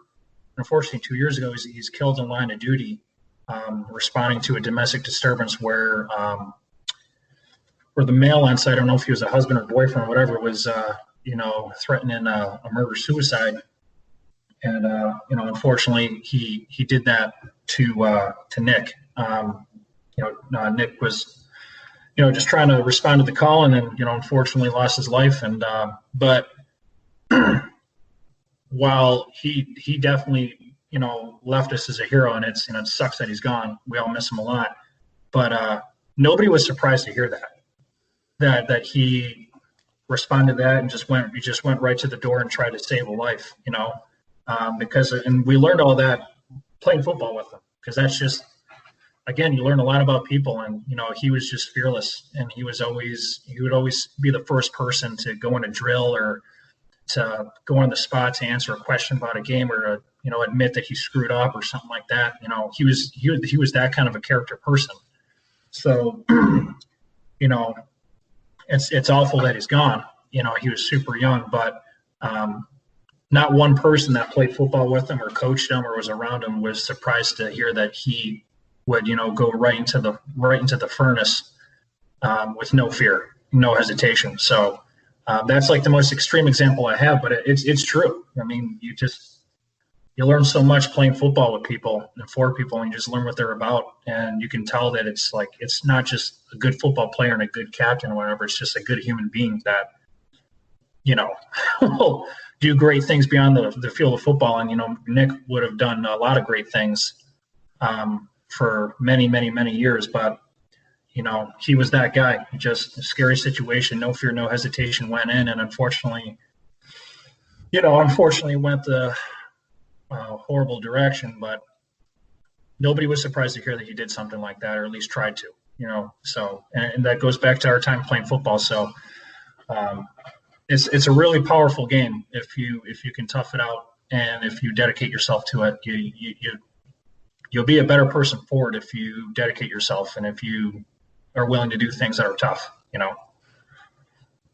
Yeah, and everything you touched on, you really get the sense, and I played football for a little while, but I think anybody who goes through it at some point recognizes that the sport has like a certain militaristic quality to it, because, by the very nature of the sport, you're very much in line with the rules. The fact that you're only allowed that, on offense, you have to have 7 men on the line of scrimmage, and you can really base an offense around these rules and guidelines. You're only allowed to pass the ball forward once, as opposed to, in basketball, soccer, lacrosse, where the ball is in constant movement. The sport is very, it's a burst sport, it's stop and go. And I think when you rely on the amount of pre-planning that goes into football, in terms of, needing people to hit the weight room, needing people to really meet with their units, to understand what the game plan is. And even at the micro level, an offensive lineman may not recognize or may not know what a receiver has to do on a certain play, but nonetheless, if you don't block for the quarterback, he's not going to be able to get that ball out.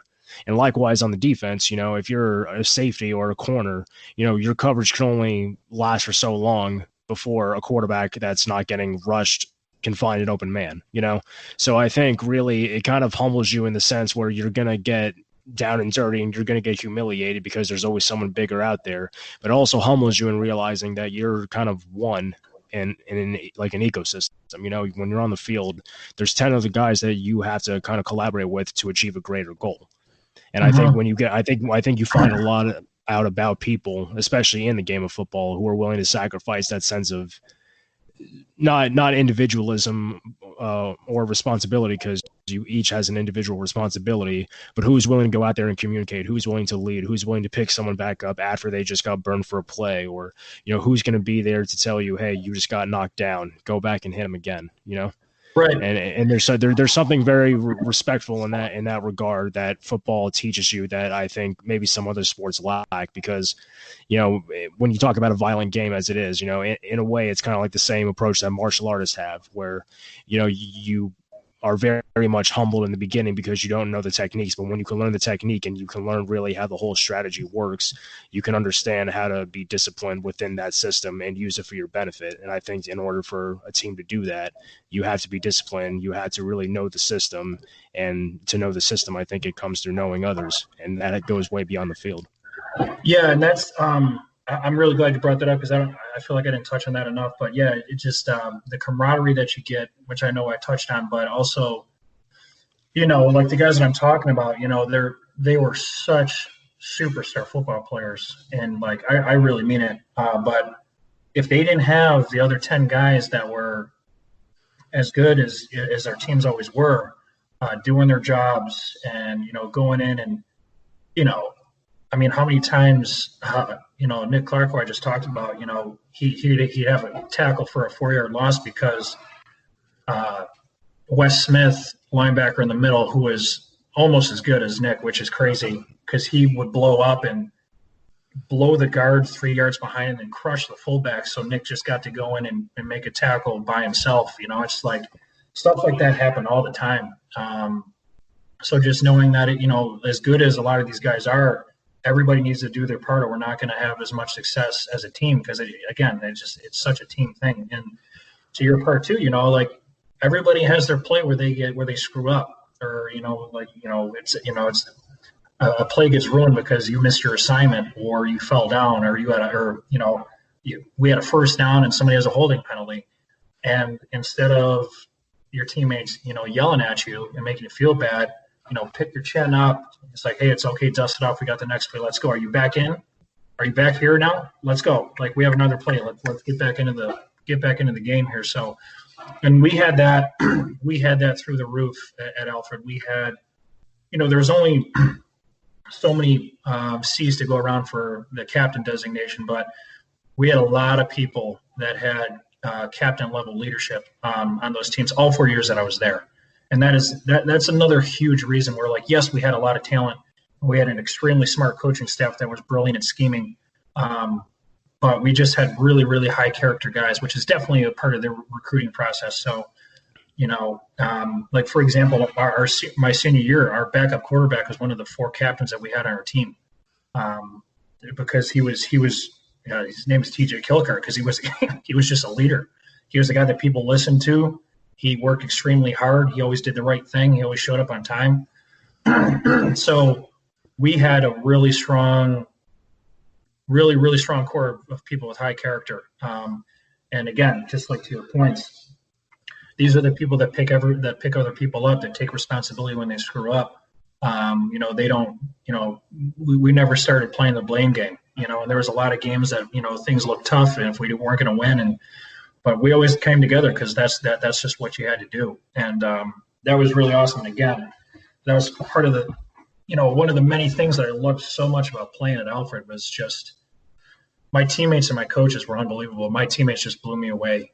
They were, oh my God, we were so fearless and so tough, and we never backed down from anything, no matter how good the team we were that we were playing or anything. We had all the confidence in ourselves and in our teammates, really. Which was so cool. So that's definitely one of the best things. And again, it just that carries so far beyond the field, where, now in my company, it's like I can be awesome at my job, but if the rest of my team is not good at our job, we're probably not going to be around for too long, And it takes a team. We have to rely on so many other people to do our jobs. and you got to understand that everybody else has got other things going on. You got to treat them with respect. You got to be considerate, but you got to do your part. So everything I learned there is I've taken with me every day since, without a doubt, and I will until the day I die for sure. So it is a really unique game, and I think that's a big reason why it's the biggest sport in our country. Definitely one of the biggest in the world. But yeah, and it's that uniqueness that for me that drew me in, because when it's kind of like what I touched on earlier. When you see a lot of sports, they're very free flowing. The ball is in constant motion. With this, you have a lot of creativity with a lot of rules, and that's very hard to see, but you see just like what they're able to do with 11 men on the field in terms of formations, plays, just in strategy for in the kicking game or in personnel. You really find just that's kind of like the reason why I named my website The Football Odyssey and named this blog too, is because there's so much depth to the game that really I don't think you can find in other sports, and it's just through the nature of the game, through having the amount of rules that you have, and the amount of strategy that goes into it, but also when you look at the amount of people that goes into putting a football program together, when you talk about you need 22 starters, you need backups, you need people to recruit, you need a front office, you have people who are part of this big system, and it's really cool to see like how people interact within the game of football and how it kind of impacts them and how it influences their relationship in their personal lives and in their professional life. Yeah, and you know what? A great example of what you just said. You never know who's going to make the play that'll win the game. I'll never forget. I think it was my junior. I think it was my senior year. We were playing University of Rochester, and we weren't having a particularly strong game, at least not in the first half. And one of my buddies, who was a fellow senior, Ryan Quinlivan, we call him Quinny. I think somebody got hurt and he went in the game, or he was like our nickel starter, nickel cover guy. So he wasn't on the field all the time. And they were about to, Rochester was about to score, which is going to put us in a really hard spot. And he made the most ridiculous play in the back of the end zone. It was like a one-handed interception that he was like 4 feet off the ground. And it totally flipped the momentum of the game. And if people were going to ask who was going to make that play, nobody was going to say him, But that's like the thing where it's like everybody matters, everybody counts.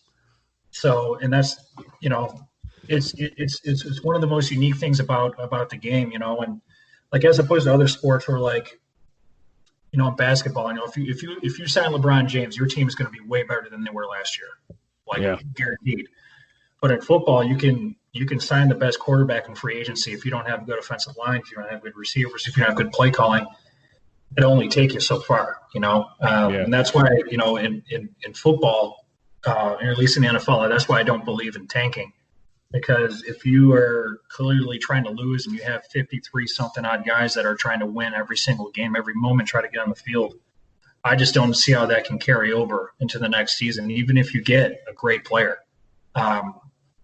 Because you've just, if you're trying to install like a losing mentality, people are just not going to want to be there, or it's not going to work out for you next year. So it takes so many moving parts and so many people that are dedicated, and it really takes a good message and a really, really good leader. And a leader that inspires others to take on leadership qualities as well. Definitely not a dominant person that wants everybody beneath them. It's like you want, at least that's what I got from my coaches that I played under, is, they want everybody to be a leader. So another reason why I love it and why football is so unique, because you need so many people doing so many right things all the time. Yeah, absolutely. Because it's like, like you mentioned, when you're playing basketball, it's very easy for one person to take over a game. When you're watching baseball, a lot of the game pretty much comes down to the contest between the pitcher and the batter. So there's these individual matchups in these team sports that are very much a direct influential outcome, or they have a direct result on the outcome of the game. Whereas in football, you know, the matchup between an all-pro corner and all-pro receiver may not necessarily have as much to do with how a left guard can open a hole for, you know, the running back in, you know, a man blocking scheme, for instance, you know. So it's kind of like there's a lot of like games within the games that forces people to be held accountable. And that's what really adds the complexity, you know, because it's oftentimes when, you know, if you're watching football with someone who doesn't really like pay close attention, they think it's just kind of like mindless, you know, someone throws the ball, someone gets tackled, but really you see there's just like minute details that really are the difference between getting a winning team and a team that loses. There's 11 different games happening on every single play. I mean, exactly. I mean, how many times have you seen where there is an absolutely perfect play where, like, you know, say quarterback throws a 60-yard touchdown, but because the defensive end won his battle against the offensive tackle and he had to hold the guy to prevent a sack from being happened, 6 points off the board. Yep. You know, I mean, how many times does it happen where, you know, like say like a defense has awesome pass rush and they're about to crush the quarterback, but the receiver absolutely smoked the cornerback, gets like a 30-yard completion anyway. I mean, everybody has to be so on their game at all times, especially like at the NFL level. Oh my gosh. I mean, if there's any kind of remote sign of weakness or if you're not being super disciplined, you just get so exposed. So yeah, I can't even imagine. I mean, the margin of error has got to be so tiny at that level, you know, because again, I just refer to what I played, which, you know, granted a really good program, but still Division III football. And the margin of error was pretty darn slim there. I can't imagine what it must be like in the NFL. I mean, that just. Well, see, every time you and I get together, we talk about a lot about NFL when we were growing up. And I got to say, you know, watching football in the 2000s is something really unique, right? Because it's kind of like the last decade before fantasy football and social media really came in to the sport. You know, it was bigger, but, you know, you talk to people now and they'll watch football just because of fantasy. You know, even if they don't necessarily like the game, they can make money off it for whatever reason. And, you know, hey, you know, I'm for the game of football. If you can find a reason to get into it, I support it.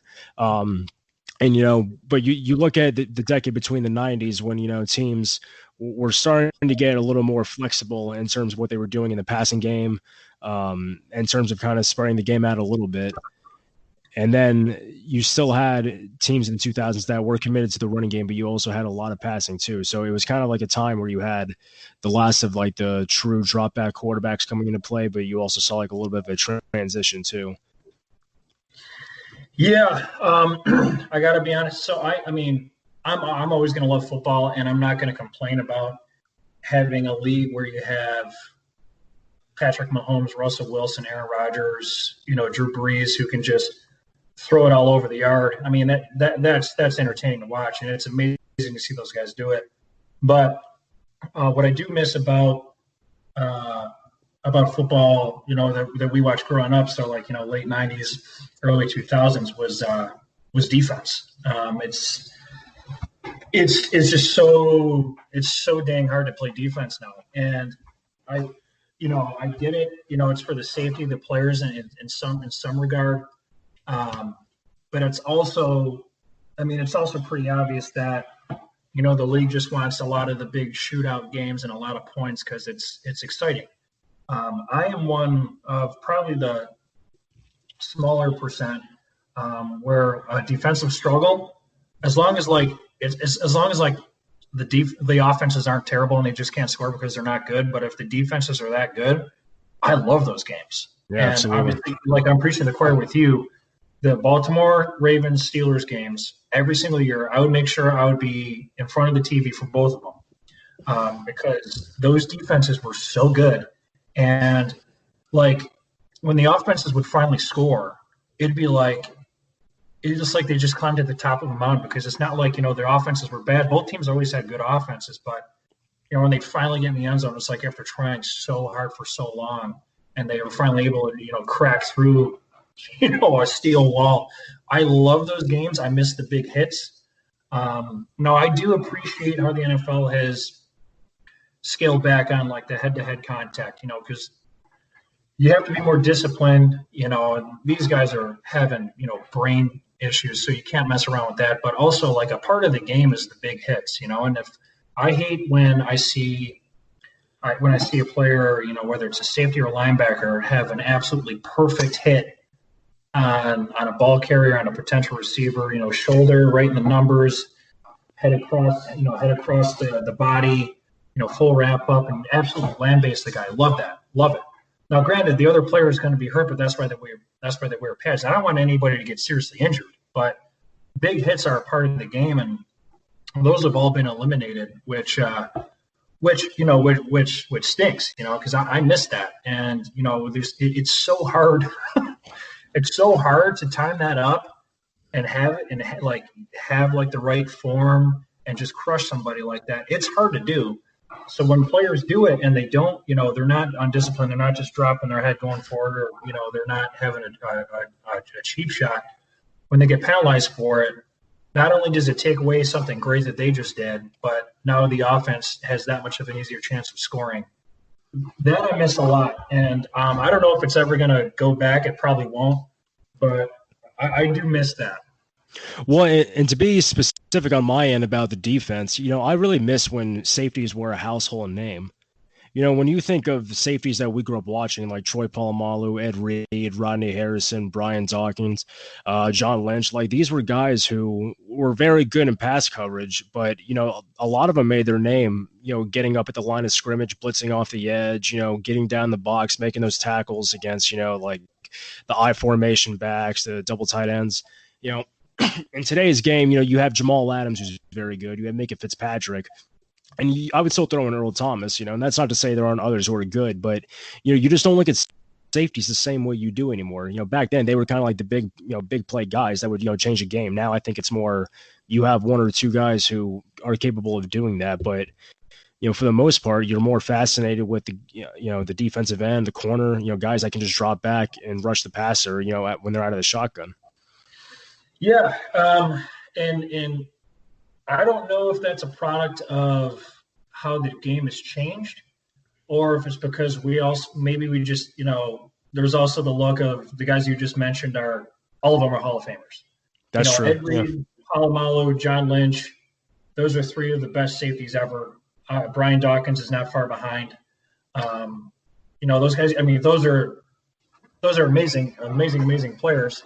So I don't think you're always going to have a group like that of a position in the NFL all at once anyway. But, no, I agree. What I was just talking about, the big hits, that's the safety position. The safety position, they can place themselves in position to have those knockout hits more than anybody, more than the linebackers, more than any other person on the defense.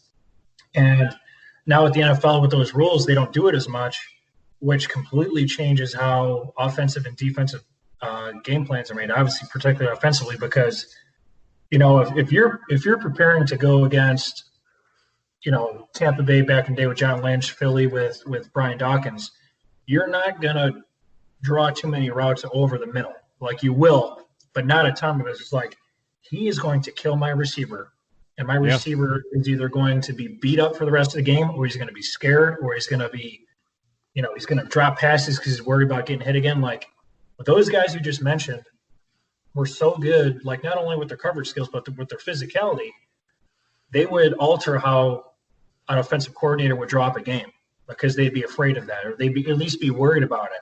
But now, because players still have those big hits, but not nearly as much, because they're penalties now. That has completely changed how a lot of offensive game plays or game plans are made going into the week, and how defenses play offenses. I'll never forget a great example a couple years ago. Is a Cincinnati game, and I don't know if it was an in-division game or not. It might have been against the Steelers or Ravens, Browns. They did like a reverse pass, and they threw, like, the wide receiver threw it back to Andy Dalton, and it was an absolute duck. And Dalton had to reach in the air for it, and the safety or cornerback, whoever was on that side, read that play perfectly, and he should have crushed him and forced an incompletion. But yeah, I know what you're talking about. slowed down so he didn't hit Dalton too bad, because not only was he reaching up, but he was also a quarterback.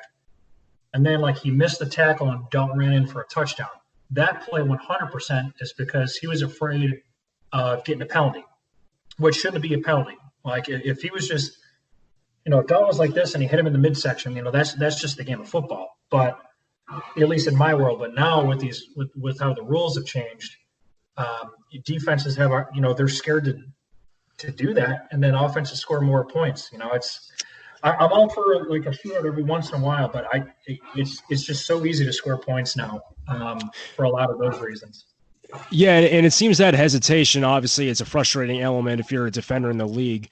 But, you could also make the argument that it also can cause more harm to the defense than anything. Because, you got to figure, when you're coming at full speed, obviously you're coming at a very fast rate, you're going to leave a big impact. But, if you're at the moment you start hesitating and a receiver makes a quick move, or, a guy comes down to block you when you're not anticipating it, you could be just knocked out just as bad as the receiver could have been if you'd gone through that full hit, So it's like a situation where I'm not sure you can really have a full, you can come to a complete resolution for, aside from just stressing tackling drills. That's something that you always hear about. Oh, it's like now, the NFL is like such poor tackling, and you had to be amazed because you got to figure, in camp you could just do tackling drills. Yeah, it's tough. So I mean, to your point, you're never going to take away, injuries. You're never going to take away head injuries. You're never going to take away torn ACLs and all that stuff. That's just, it's always going to be there. It's, it's in the nature of the game. But yeah, but you're right. That's something that you're taught I was taught as a football player very early on. It's like when you second guess yourself, or if you're worried about something, that's when you get hurt. So, and that's like a big thing where it's like, if you have an injury to like really anywhere and you get put on the field too soon, or if you're just thinking about that, like either like your ankle, your shoulder, your knee, and if you're not focused on the game 100% and your attention is elsewhere, everybody else is paying full attention to the game. So yeah, you'll get your clock cleaned, or you'll get it hurt even worse, whatever the injury is. So yeah, I think you're right. I think when a lot of these defenders are, going to make a play and their instincts are telling them one thing, and then at the last second when they change their mind because they don't want to get a penalty, that's where they could take a weird step, roll their ankle, tear up their knee, or like if the ball carrier is going to go full force into them, they'll get knocked out. So I understand what the NFL is trying to do, but I just think they've gone too far on that side of the fence. You just got to the guys on defense are paid a lot of money too, to do their jobs. And it's in the last 8 to 10 years or so, definitely in the last 5, it's been pretty darn difficult to play defense. Like even, it doesn't even have to be big hits, even covering wide receivers. Like, oh my gosh. Well, the most frustrating thing for defense has to be kind of like that 5-yard penalty, which automatically is a first down. Where it's like, prior to the pass holding, and it's like, come on, man. It's like first and 25 or, third and 14, and then it's a 5-yard penalty, but it's an automatic first down. It's like, come on, man. I think if you really wanted to equalize, make it more of an equal game for the defense, I think, penalties, if the yardage doesn't equate to a first down, then it's not a first down. If it's 2nd and 6, 5-yard holding before the pass was thrown, then it's 2nd and 1. No more of this, automatic first down, unless it's an egregious, personal foul, unnecessary roughness or late hit on the quarterback. Then fine, I could see that. But these 5-yard penalties, they're just like cheap, and it's like, come on, man. Yeah, I mean, it's been this way for me as well for a while. Whenever a ball falls incomplete and there's a cornerback, or a safety, whoever, that's right near a potential receiver, my initial reaction is like, okay, where's the flag? I'm always expecting a flag all the time. And what's tough is like, when you show these replays in slow motion, anything could be taken as pass interference. But like what I wish that, these replays would show more often is the entire route, because the entire route is super handsy on both sides. I mean, that's all receivers and corners do it's hand battle and, a little shove here, a little shove there. Now, granted, if you're pulling jersey or grabbing somebody's arm or something like that, obviously that's a penalty. But there's been so many ticky-tack, holdings, pass interference, and how pass interference could be a 40-yard penalty. It's it's tough. Again, it's like if somebody's clearly holding or pulling jersey or or locking their arm up, then yeah, that's obviously a penalty. But just if it's like somebody's hand is, if a corner or safety's hand is like on a receiver's jersey, like I just wish it wasn't so easy to get that penalty, because it's tough to cover these guys. I mean, oh my gosh, like trying to cover Mike Evans or AJ Green or Julio Jones, it's almost impossible. And then, if you can't be, especially those guys that are bigger that I just mentioned, if you have a cornerback that's like 5'11", 197 pounds, and he's covering Julio Jones, if he's not physical at all, Julio Jones will have 18 catches.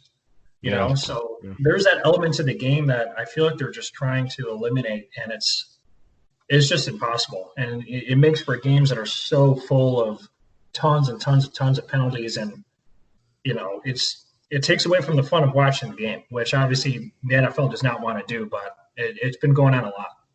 Well, you want to talk about making a game unbearable. Even if you do fix all the penalties on defense, you still have special teams. I mean, I swear to God, every time there's a great, beautiful return, I'm just waiting for a block in the back call. Because I mean, that's another thing too. Like when we're talking about football when we were growing up, we grew up in a great time for not only safeties but also like great return men. I mean, Dante Hall, David Hester, Josh Cribbs, like we had some really good returners, and now I just don't feel like you can actually have a good returner anymore. You just have too many guys they're too stringent with it, with these blocks in the back, and I get it, but I got to think there's a happy medium between just letting them run wild and then having to call on every single punt return. Yeah, it's tough because you're switching fields like immediately, so. That's like kind of one of those for like punts. Well, for punts in particular, definitely kickoffs a little bit too. It'd be kind of punts more particularly should be kind of like like a Hail Mary at the end of the game. Like if there's anything egregious, then obviously call it. But there's always going to be a tiny little bit of a block in the back here, something like that. I mean, it's unavoidable, and like so in so many ways. But yeah, it's like. To your point, all those players, I mean, they were so exciting. Those are, they're rare plays, but back then it wasn't super rare. And like now, it's very rare to get a kickoff return for a touchdown, a punt return for a touchdown. And again, a lot of that is to do with penalties. So I get they're trying to clean up the game and make it more safe and stuff like that, but they are definitely eliminating a lot of the more enjoyable things where.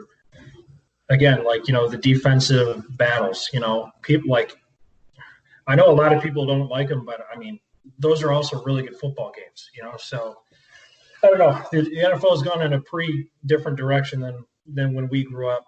And there's a lot of still great things about it. I mean, the athletes just continue to get better and better and better, but yeah, there are definitely parts of that, that we had growing up that are definitely not as much anymore that I definitely miss. Well, and I think to that point about, watching football as a contemporary fan, I don't think there's really a better time, like strategy-wise, to watch the NFL because you just have like such an array of styles that are coming at you, so many different, schemes. You have so many different coaching philosophies. I mean, it really is, in terms of a strategy perspective, a great time to watch the game, more so than it's ever been, I think. But you just have to kind of find a way to bridge the gap between having these crazy penalties and also not letting the game run wild because you want it to be safe, but at a certain point you don't want the referees really over officiating to the point where they're deciding the outcomes of games. Yeah, which that has happened a lot.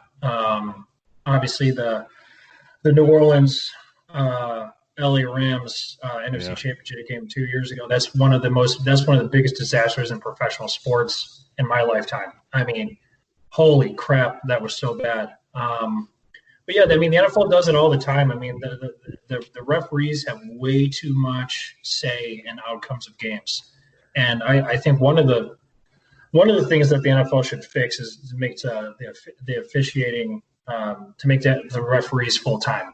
I mean, I cannot believe that a multi-billion-dollar industry like the NFL does not have full-time referees. I don't know the reasoning behind it. Well, they don't want to take time. They don't want to take time away from Ed Hockley in the gym, you know. But that blows my mind that their refs are not full-time. They should be dedicated to that sport year-round. And I know that's been a point of contention with a lot of people, but hopefully that'll change. But the officiating has been really, really bad in the NFL for a long time. And if it's supposed to be the best sport in the country, one of the biggest in the world, officiating's got to be a lot better. It's got to be a lot better. There's a lot of reasons that there's a lot of different avenues to take. I think making the officials full-time year-round is one. And just more, I don't know if it's maybe more or less reviews of these rules because they change every year. And, having the replay review for pass interference was a complete nightmare. I mean, what a disaster that was. So I don't know. I mean, I don't know what the answers are, but that's definitely something that's got to improve because the officiating has been so bad in the past couple of years, and I feel like it's progressively gotten worse. So for a league that is that successful and has the amount of resources that the NFL does, that shouldn't happen, Yeah, I mean, well, I think we'll see what happens. I mean, obviously the NFL has adapted to these situations before, so I would like to think they're going to be able to come through in this situation, but I mean that's hoping that we have a season to begin with. So the threat is looming large. Yeah, so let's hope. But I mean, they'll get it right. I'm sure at some point. It's just that's the thing. People are going to make mistakes. The referees are not going to be perfect. I mean, they're watching a game with all the fastest people on the planet. Their mistakes are going to be made. So let's get that out there. But there's been too many egregious errors in the past couple of years that need to get righted. So, but in terms of to your point of going back a little bit to scheming, the coaching these days has just been absolutely brilliant, especially offensively. A good example I have from a game I watched last year it was the Bills-Patriots, that Saturday night game. This is just the genius of Belichick, McDaniels, whoever you want to give the credit to. So before the snap, Brady called N'Keal Harry in motion from right to left, and they snap the ball. Brady fakes the handoff to Rex Burkhead, and then fakes the handoff to N'Keal Harry, and then on the right hand side, acts like he's going to throw a screen to Edelman, and then turns around and throws the ball to N'Keal Harry. So they faked 3 different plays before they got back to the one that they were going to run. And Shaq Lawson was the D-end on the right-hand side, and it was his responsibility to watch N'Keal Harry. But then he saw play action to Burkhead, fake handoff to him, and then fake screen. So he went after Brady. And by the time Brady turned around, that's exactly the perfect amount of time for Shaq to give up on that assignment and run after the quarterback. And he dumped it off to Harry, and it was a first down. It was so brilliant how they faked out 3 different plays and came back. And just kind of like what we're talking about earlier, they were just waiting for one guy to screw up. And they played him perfectly. And then the second he went off of what his assignment was supposed to be, that's where the ball went. And it's just, you have to be so on your game discipline wise, and you have to be patient with a lot of these coaches and these offensive game plans. So scheming wise, it's incredible, and it continues to get better every year. Well, and that's the thing too. When you mentioned about the offense, it's like obviously Belichick we recognize as a brilliant defensive mind, but usually the term genius we kind of reserve for only offensive coaches, right? And normally when it comes to defensive coaches, we might say, he's got a good scheme, but it feels like when we're describing defensive coaches, we're always referring to their character and their emotion as opposed to their, brilliance as a coach when it comes to drawing up plays. Like, why do you think that is? I mean, because aside from Belichick, I mean, I can't really think of a defensive coach, maybe besides Dick LeBeau within the past, 10 years who's really, or 15 years, who's really been recognized as that sort of, defensive mastermind. I mean, I would even guess Rex Ryan, but even then, Rex was much more known for his, personality than he was as an actual defensive mind. Yeah, I mean, his defenses, unfortunately, until he got to Buffalo, his defenses were outstanding. Obviously, with the Ravens, he had the fortune of coaching this Hall of Famer after Hall of Famer. But then he went to the Jets, and outside of Darrelle Revis, he didn't have that same kind of talent as he did in Baltimore. But no, I mean, that's a good point, because I do think that I do agree with you. I think the genius crown gets placed on offensive play callers all the time, but definitely not as much as defense. And I don't know, because I know defense is about deception and discipline for sure. That's something that I know that the Bills safety tandem, Jordan Poyer and Micah Hyde, that's the reason why they're so good, is because they fake coverages before every play. They'll come up to they'll go to a part of the defense that they have no responsibility for, and right before the ball is snapped, they'll run over to the part that they're supposed to be at. Either they're wait to the last second to show up blitz, or show blitz and then go cover out 1/3 of the field, or whatever have you. So, and that is definitely, that's coached for sure. And we're like, I think, like whenever somebody talks about Poyer and Hyde, they talk about those two individually, and obviously they're the players and they're the ones doing the execution of that. But nobody talks about how Leslie Frazier is definitely scheming that all week long. Now they're great at executing it, and they're very good players, but that's obviously the idea of the coaching staff, and obviously the players contribute, especially when they're intelligent and been around the league for a while, like Poyer and Hyde have. But yeah, you don't really get the genius thing. And like, I think more than ever, if a defensive coordinator and a defense is able to absolutely handle an offense, especially a really good one, there's a lot of disguising and deception and really good execution, that obviously is incredibly tied to the defensive coordinator and, the defensive coaching staff. And yeah, I don't know. I mean, I think there's more creativity with the offense, because there's a lot more you can do, like before the snap and whatnot, but maybe that kind of helps. And, like the play I just gave an example of, you can fake out 3 plays in one on offense. You can't do that defensively. I mean, once the ball snapped, you just got to do your thing. So maybe that's it. Maybe there's just more motion. There's more things you can do offensively, which opens the book for more creativity and more, where more attention gathering plays. But you're right. People definitely don't give that level of credit to defensive coordinators nowadays. Like, if it's good, it's great. He's got a tough defense, but that's, you don't really hear much past that. Well, and it feels like it started happening a lot around maybe 2011, when it feels like defensive coordinators had to hit the reset button, because you had quarterbacks that were just throwing for, upwards of 5,000 yards, and no one really knew. And a lot of people were blaming that, because I think that was when the lockout happened, and players weren't really at minicamp or something of the sort. And really, you're seeing these formations or these passing attacks that were just outrageous. I mean, it feels like Breeze at one point was throwing for 400 yards, or Aaron Rodgers that season, he was unbelievable.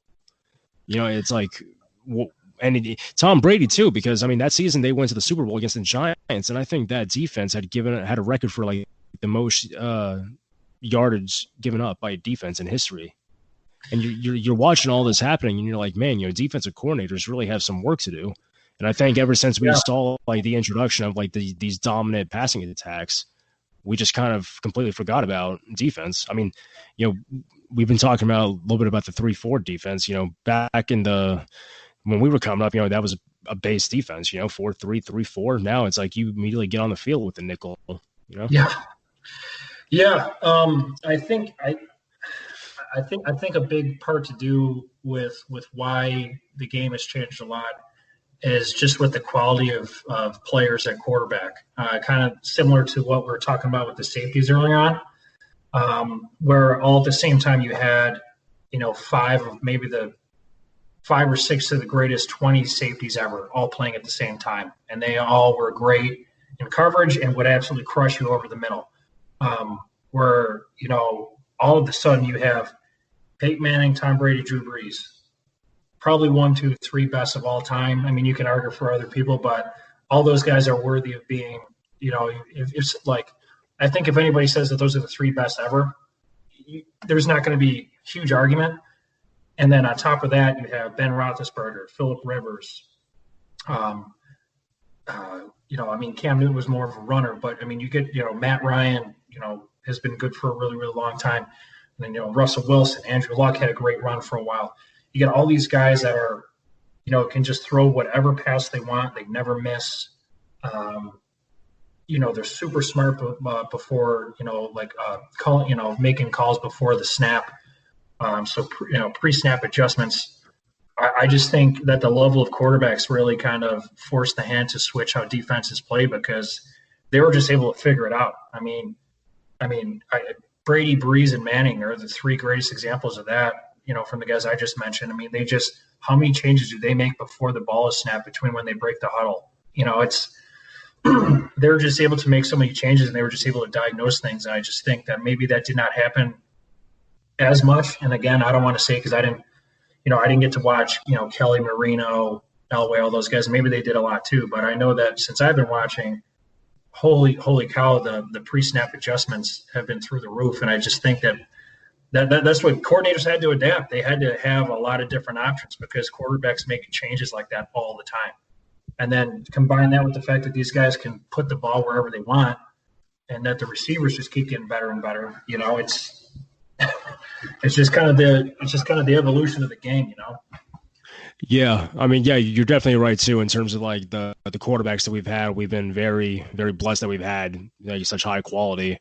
Especially when you look at Manning and Brady too. Because when you watch Manning before the snap, especially when he was in Indianapolis, it was like he was like it's like he was reading a book almost. He was just like constantly just looking over the defenses, just shouting out. And Brady didn't do it to that extent, but you just saw like when those guys got behind the center that they knew firsthand what was coming. Yeah, and I'll remember. I hope I'm right with the quote, but or with the player. I think it was Mike Peterson, who was a linebacker for the Jags for a long time. I think it was him. It was a linebacker for the Jaguars. And if it wasn't him, I can't remember who. But he said that after a game is like, we were walking up for a play, and I saw that the offense was in this kind of formation. And as I'm about to make my audible, Manning audibles before me and switches. He knew, and then the play that they ran was the exact perfect play against that defense. He's like, he knew the audible that I was going to make before I even made it to my team. So you get guys like that are just, film junkies, and they're so smart, and they could just walk up to the line of scrimmage and see, okay, this is the formation that they're in. This is what we're in. They're probably going to change to this. We need to change to that, and have that done in like 4 seconds. It's like impossible to have a defense for that when your second defense, he already knows what you're going to do. Yeah. I think Zach Thomas in Miami actually had something similar to say about that too. I mean, yeah. Did you go ahead? Go ahead. I was going to say, when talking about Manning and Brady, do you think at this point there's still any merit to the argument that Manning is a better quarterback? Yeah, of course there is. I don't agree with that. I think it's more like 1A and 1B at this point, because Brady's obviously been so great for so long. But he also had he's won a lot. He's obviously been to more Super Bowls and won a lot more, which obviously has a huge part to play in all that success. But he also had Bill Belichick and great defenses for a really long time. The majority of his career, where Peyton Manning, for the majority of his career, had pretty weak defenses. He had he had good pass rushers in Mathis and Freeney. Bob Sanders had a really good couple of years, but outside of like his defenses were pretty weak. So he put a lot on his shoulders. Now, granted, he had a lot of good weapons around him offensively, Marvin Harrison and Reggie Wayne being the biggest players to mention there. But, I mean, his numbers within the season, I mean, he was amazing, you know, and his statistics were great for good reason. He was unstoppable. I mean, just watching him play, I mean, he was just so much better than everybody else. And, you know, obviously he had good players around him offensively, but I mean, he just knew what play to put his team in all the time in every single situation against every opponent. His accuracy was completely flawless for so long. But to that point, so I think Peyton Manning's probably the best regular season quarterback of all time. I think that's to this point. I think that's pretty fair to say. But once it got to the big games, he folded in the playoffs a lot.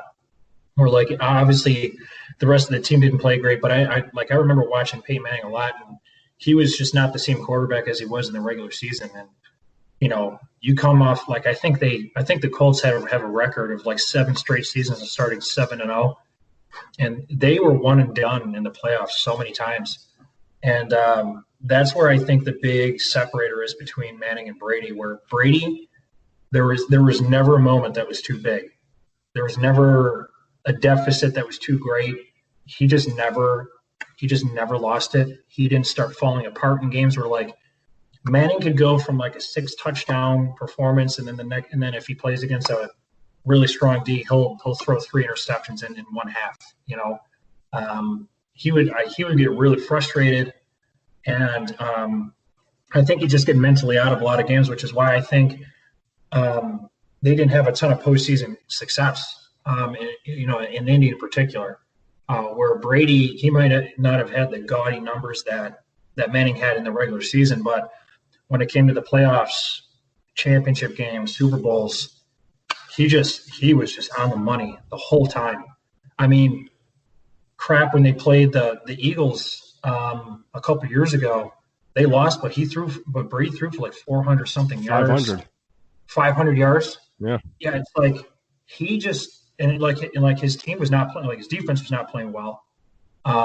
Players around him weren't playing great offensively. But that's what I think is the biggest differentiator, is where Brady obviously was great in the regular season. Manning typically had better numbers. And his offenses were typically always better because of him, definitely. But in the big games, man, Brady just always shows up, and he always just finds a way to win. Just ice in the veins, and would make the perfect throw, and just never rattled. I think that's the biggest thing, and that's a huge reason why Brady has had so much more postseason success, because they've been to the postseason almost the same amount of times probably. Peyton Manning hardly ever was not in the playoffs. So yeah. I think that's the biggest differentiator. And I think too, going back what you were talking about, Payne not having a defense, it feels like at times there's kind of selective use when we talk about football as a team game. You know, it feels like when we want to discredit a quarterback that we believe is overrated, we say, oh, well, it's a team game. But if it's someone that we're trying to elevate, you know, we say, oh, look how much he's doing with nothing, you know. Right.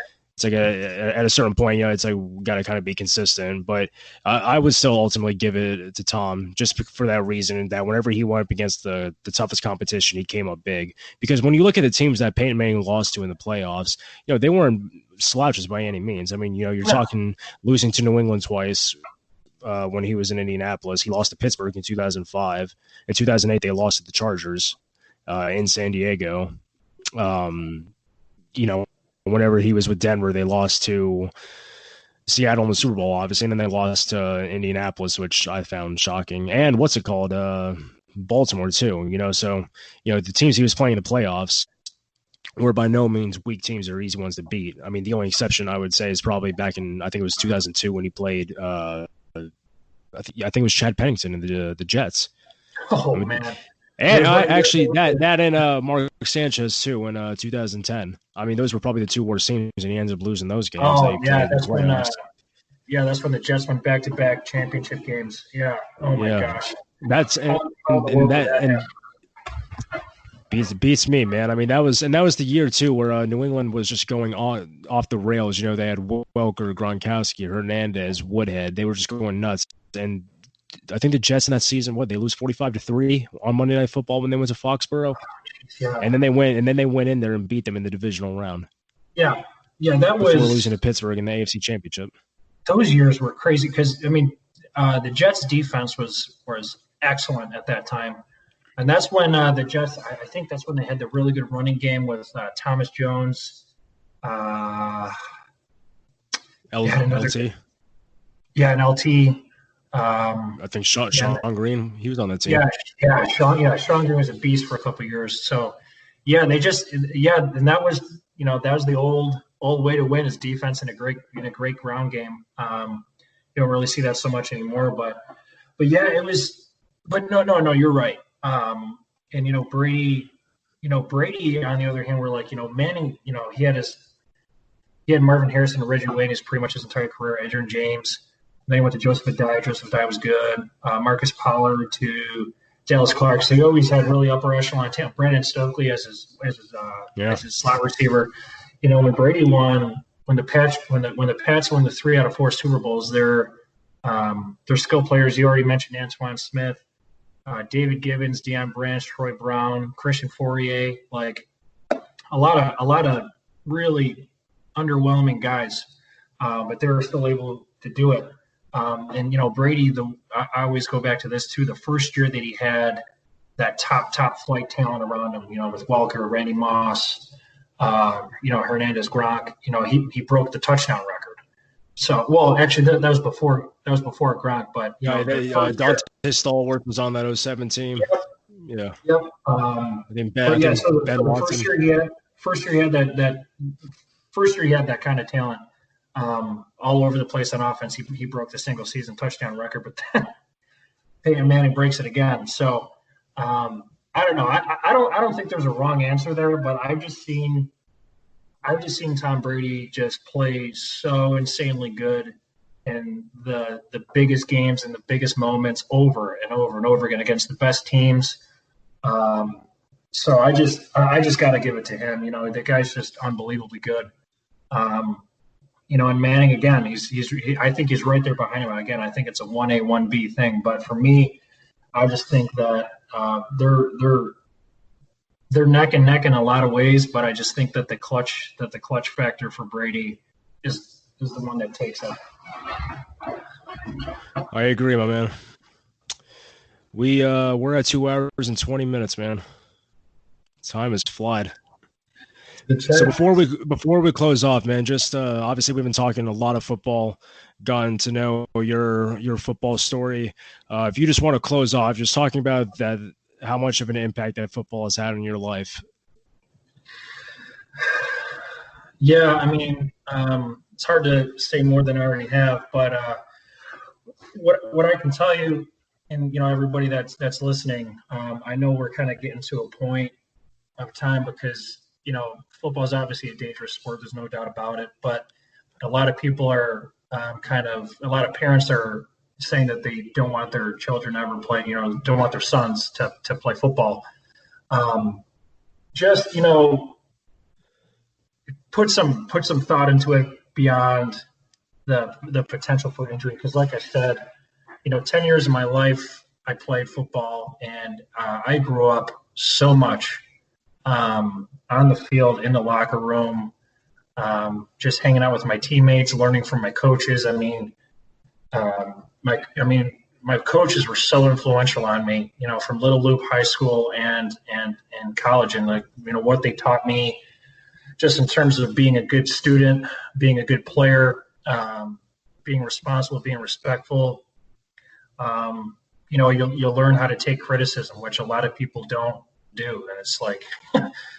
That's been incredibly successful in my professional career, where if I make a mistake or if I did something wrong, when my boss is telling me what I did wrong, I'm not going to get all emotional and get super insecure or angry or not listen. It's like, not everybody's perfect. And you learn that so quickly in football, where you screw up and yeah, somebody's going to get on you. And like sometimes maybe you're a little, a coach can be a little bit too harsh, but a lot of times, I mean, they're teaching you because they want you to be better, because they know you can be better. And it's not, just because they're not dressing it up super nice doesn't mean that they don't have all the best intentions. And, you just learn accountability, how to be responsible, how to be a respectful young man. How to be tough, how to be mentally tough, how to be able to to endure challenges in really hard times, whether you're hurt or you're getting injured, or you work your butt off and you lose anyway. I mean, they're just lifelong lessons that are so good, and also just past what it takes, what it goes for you beyond the football field. In life and like professional situations, they're just great memories. I mean, like I said, I wasn't kidding. Like I think about football pretty much, every day, and I think about certain games and certain practices and certain drills that we did and certain moments and, stuff we had in the locker room. I mean, there's just experiences I wouldn't trade for the world. And like, I know, like I talked about some of the things I wasn't too thrilled with about my career, but I'm not kidding you. I wouldn't change it for a second. Just how much I learned, how much I grew up, how much I learned about myself and learned about people and learned how to handle situations and, how to handle things and handle life, in so many ways. And then, just the men that I learned from and my coaches in terms of what they taught me on the football field, and also just how to be a good young man and a good student and, everything that goes with that. And then just my friends, like I mentioned earlier, I mean, at first, they always start off as strangers at some point, and then you look at them as actual teammates, and then you look at them as friends, and then very quickly after that, they become family. And I mean, it's a bond that is so tight, from my buddies from high school and my friends from Alfred. We're still all super tight, and when we get together, we talk about the old days, and they're just great memories, and. A big reason why there's such great memories is because they were so difficult, and we were pushing ourselves so hard, and we got pushed so hard, and we were enduring through being exhausted and being hurt, being miserable because we had just had 4 days of practice that whooped our butts, and we're showing up again, it's because we're able to get through it, and we got through it together. It's just something that you can't ever replace. And I know that, a lot of these things aren't specific to football, but because football is so demanding physically and mentally, and because what your job to do is so important, even though you're on a huge roster, it's so unique. And like, I know it's the ultimate team game. It's such a cliche, but it really is, because like we've talked about multiple times, I mean, you could be a backup, you could not sniff the field for 8 weeks, and then somebody gets hurt and you go in. And if you go in and you do your job and you help your team win the game, you're never going to forget that day in your life. It's going to be amazing. And, it shows you patience too, patience and persistence, because, your moment's not always going to show up when you want it to.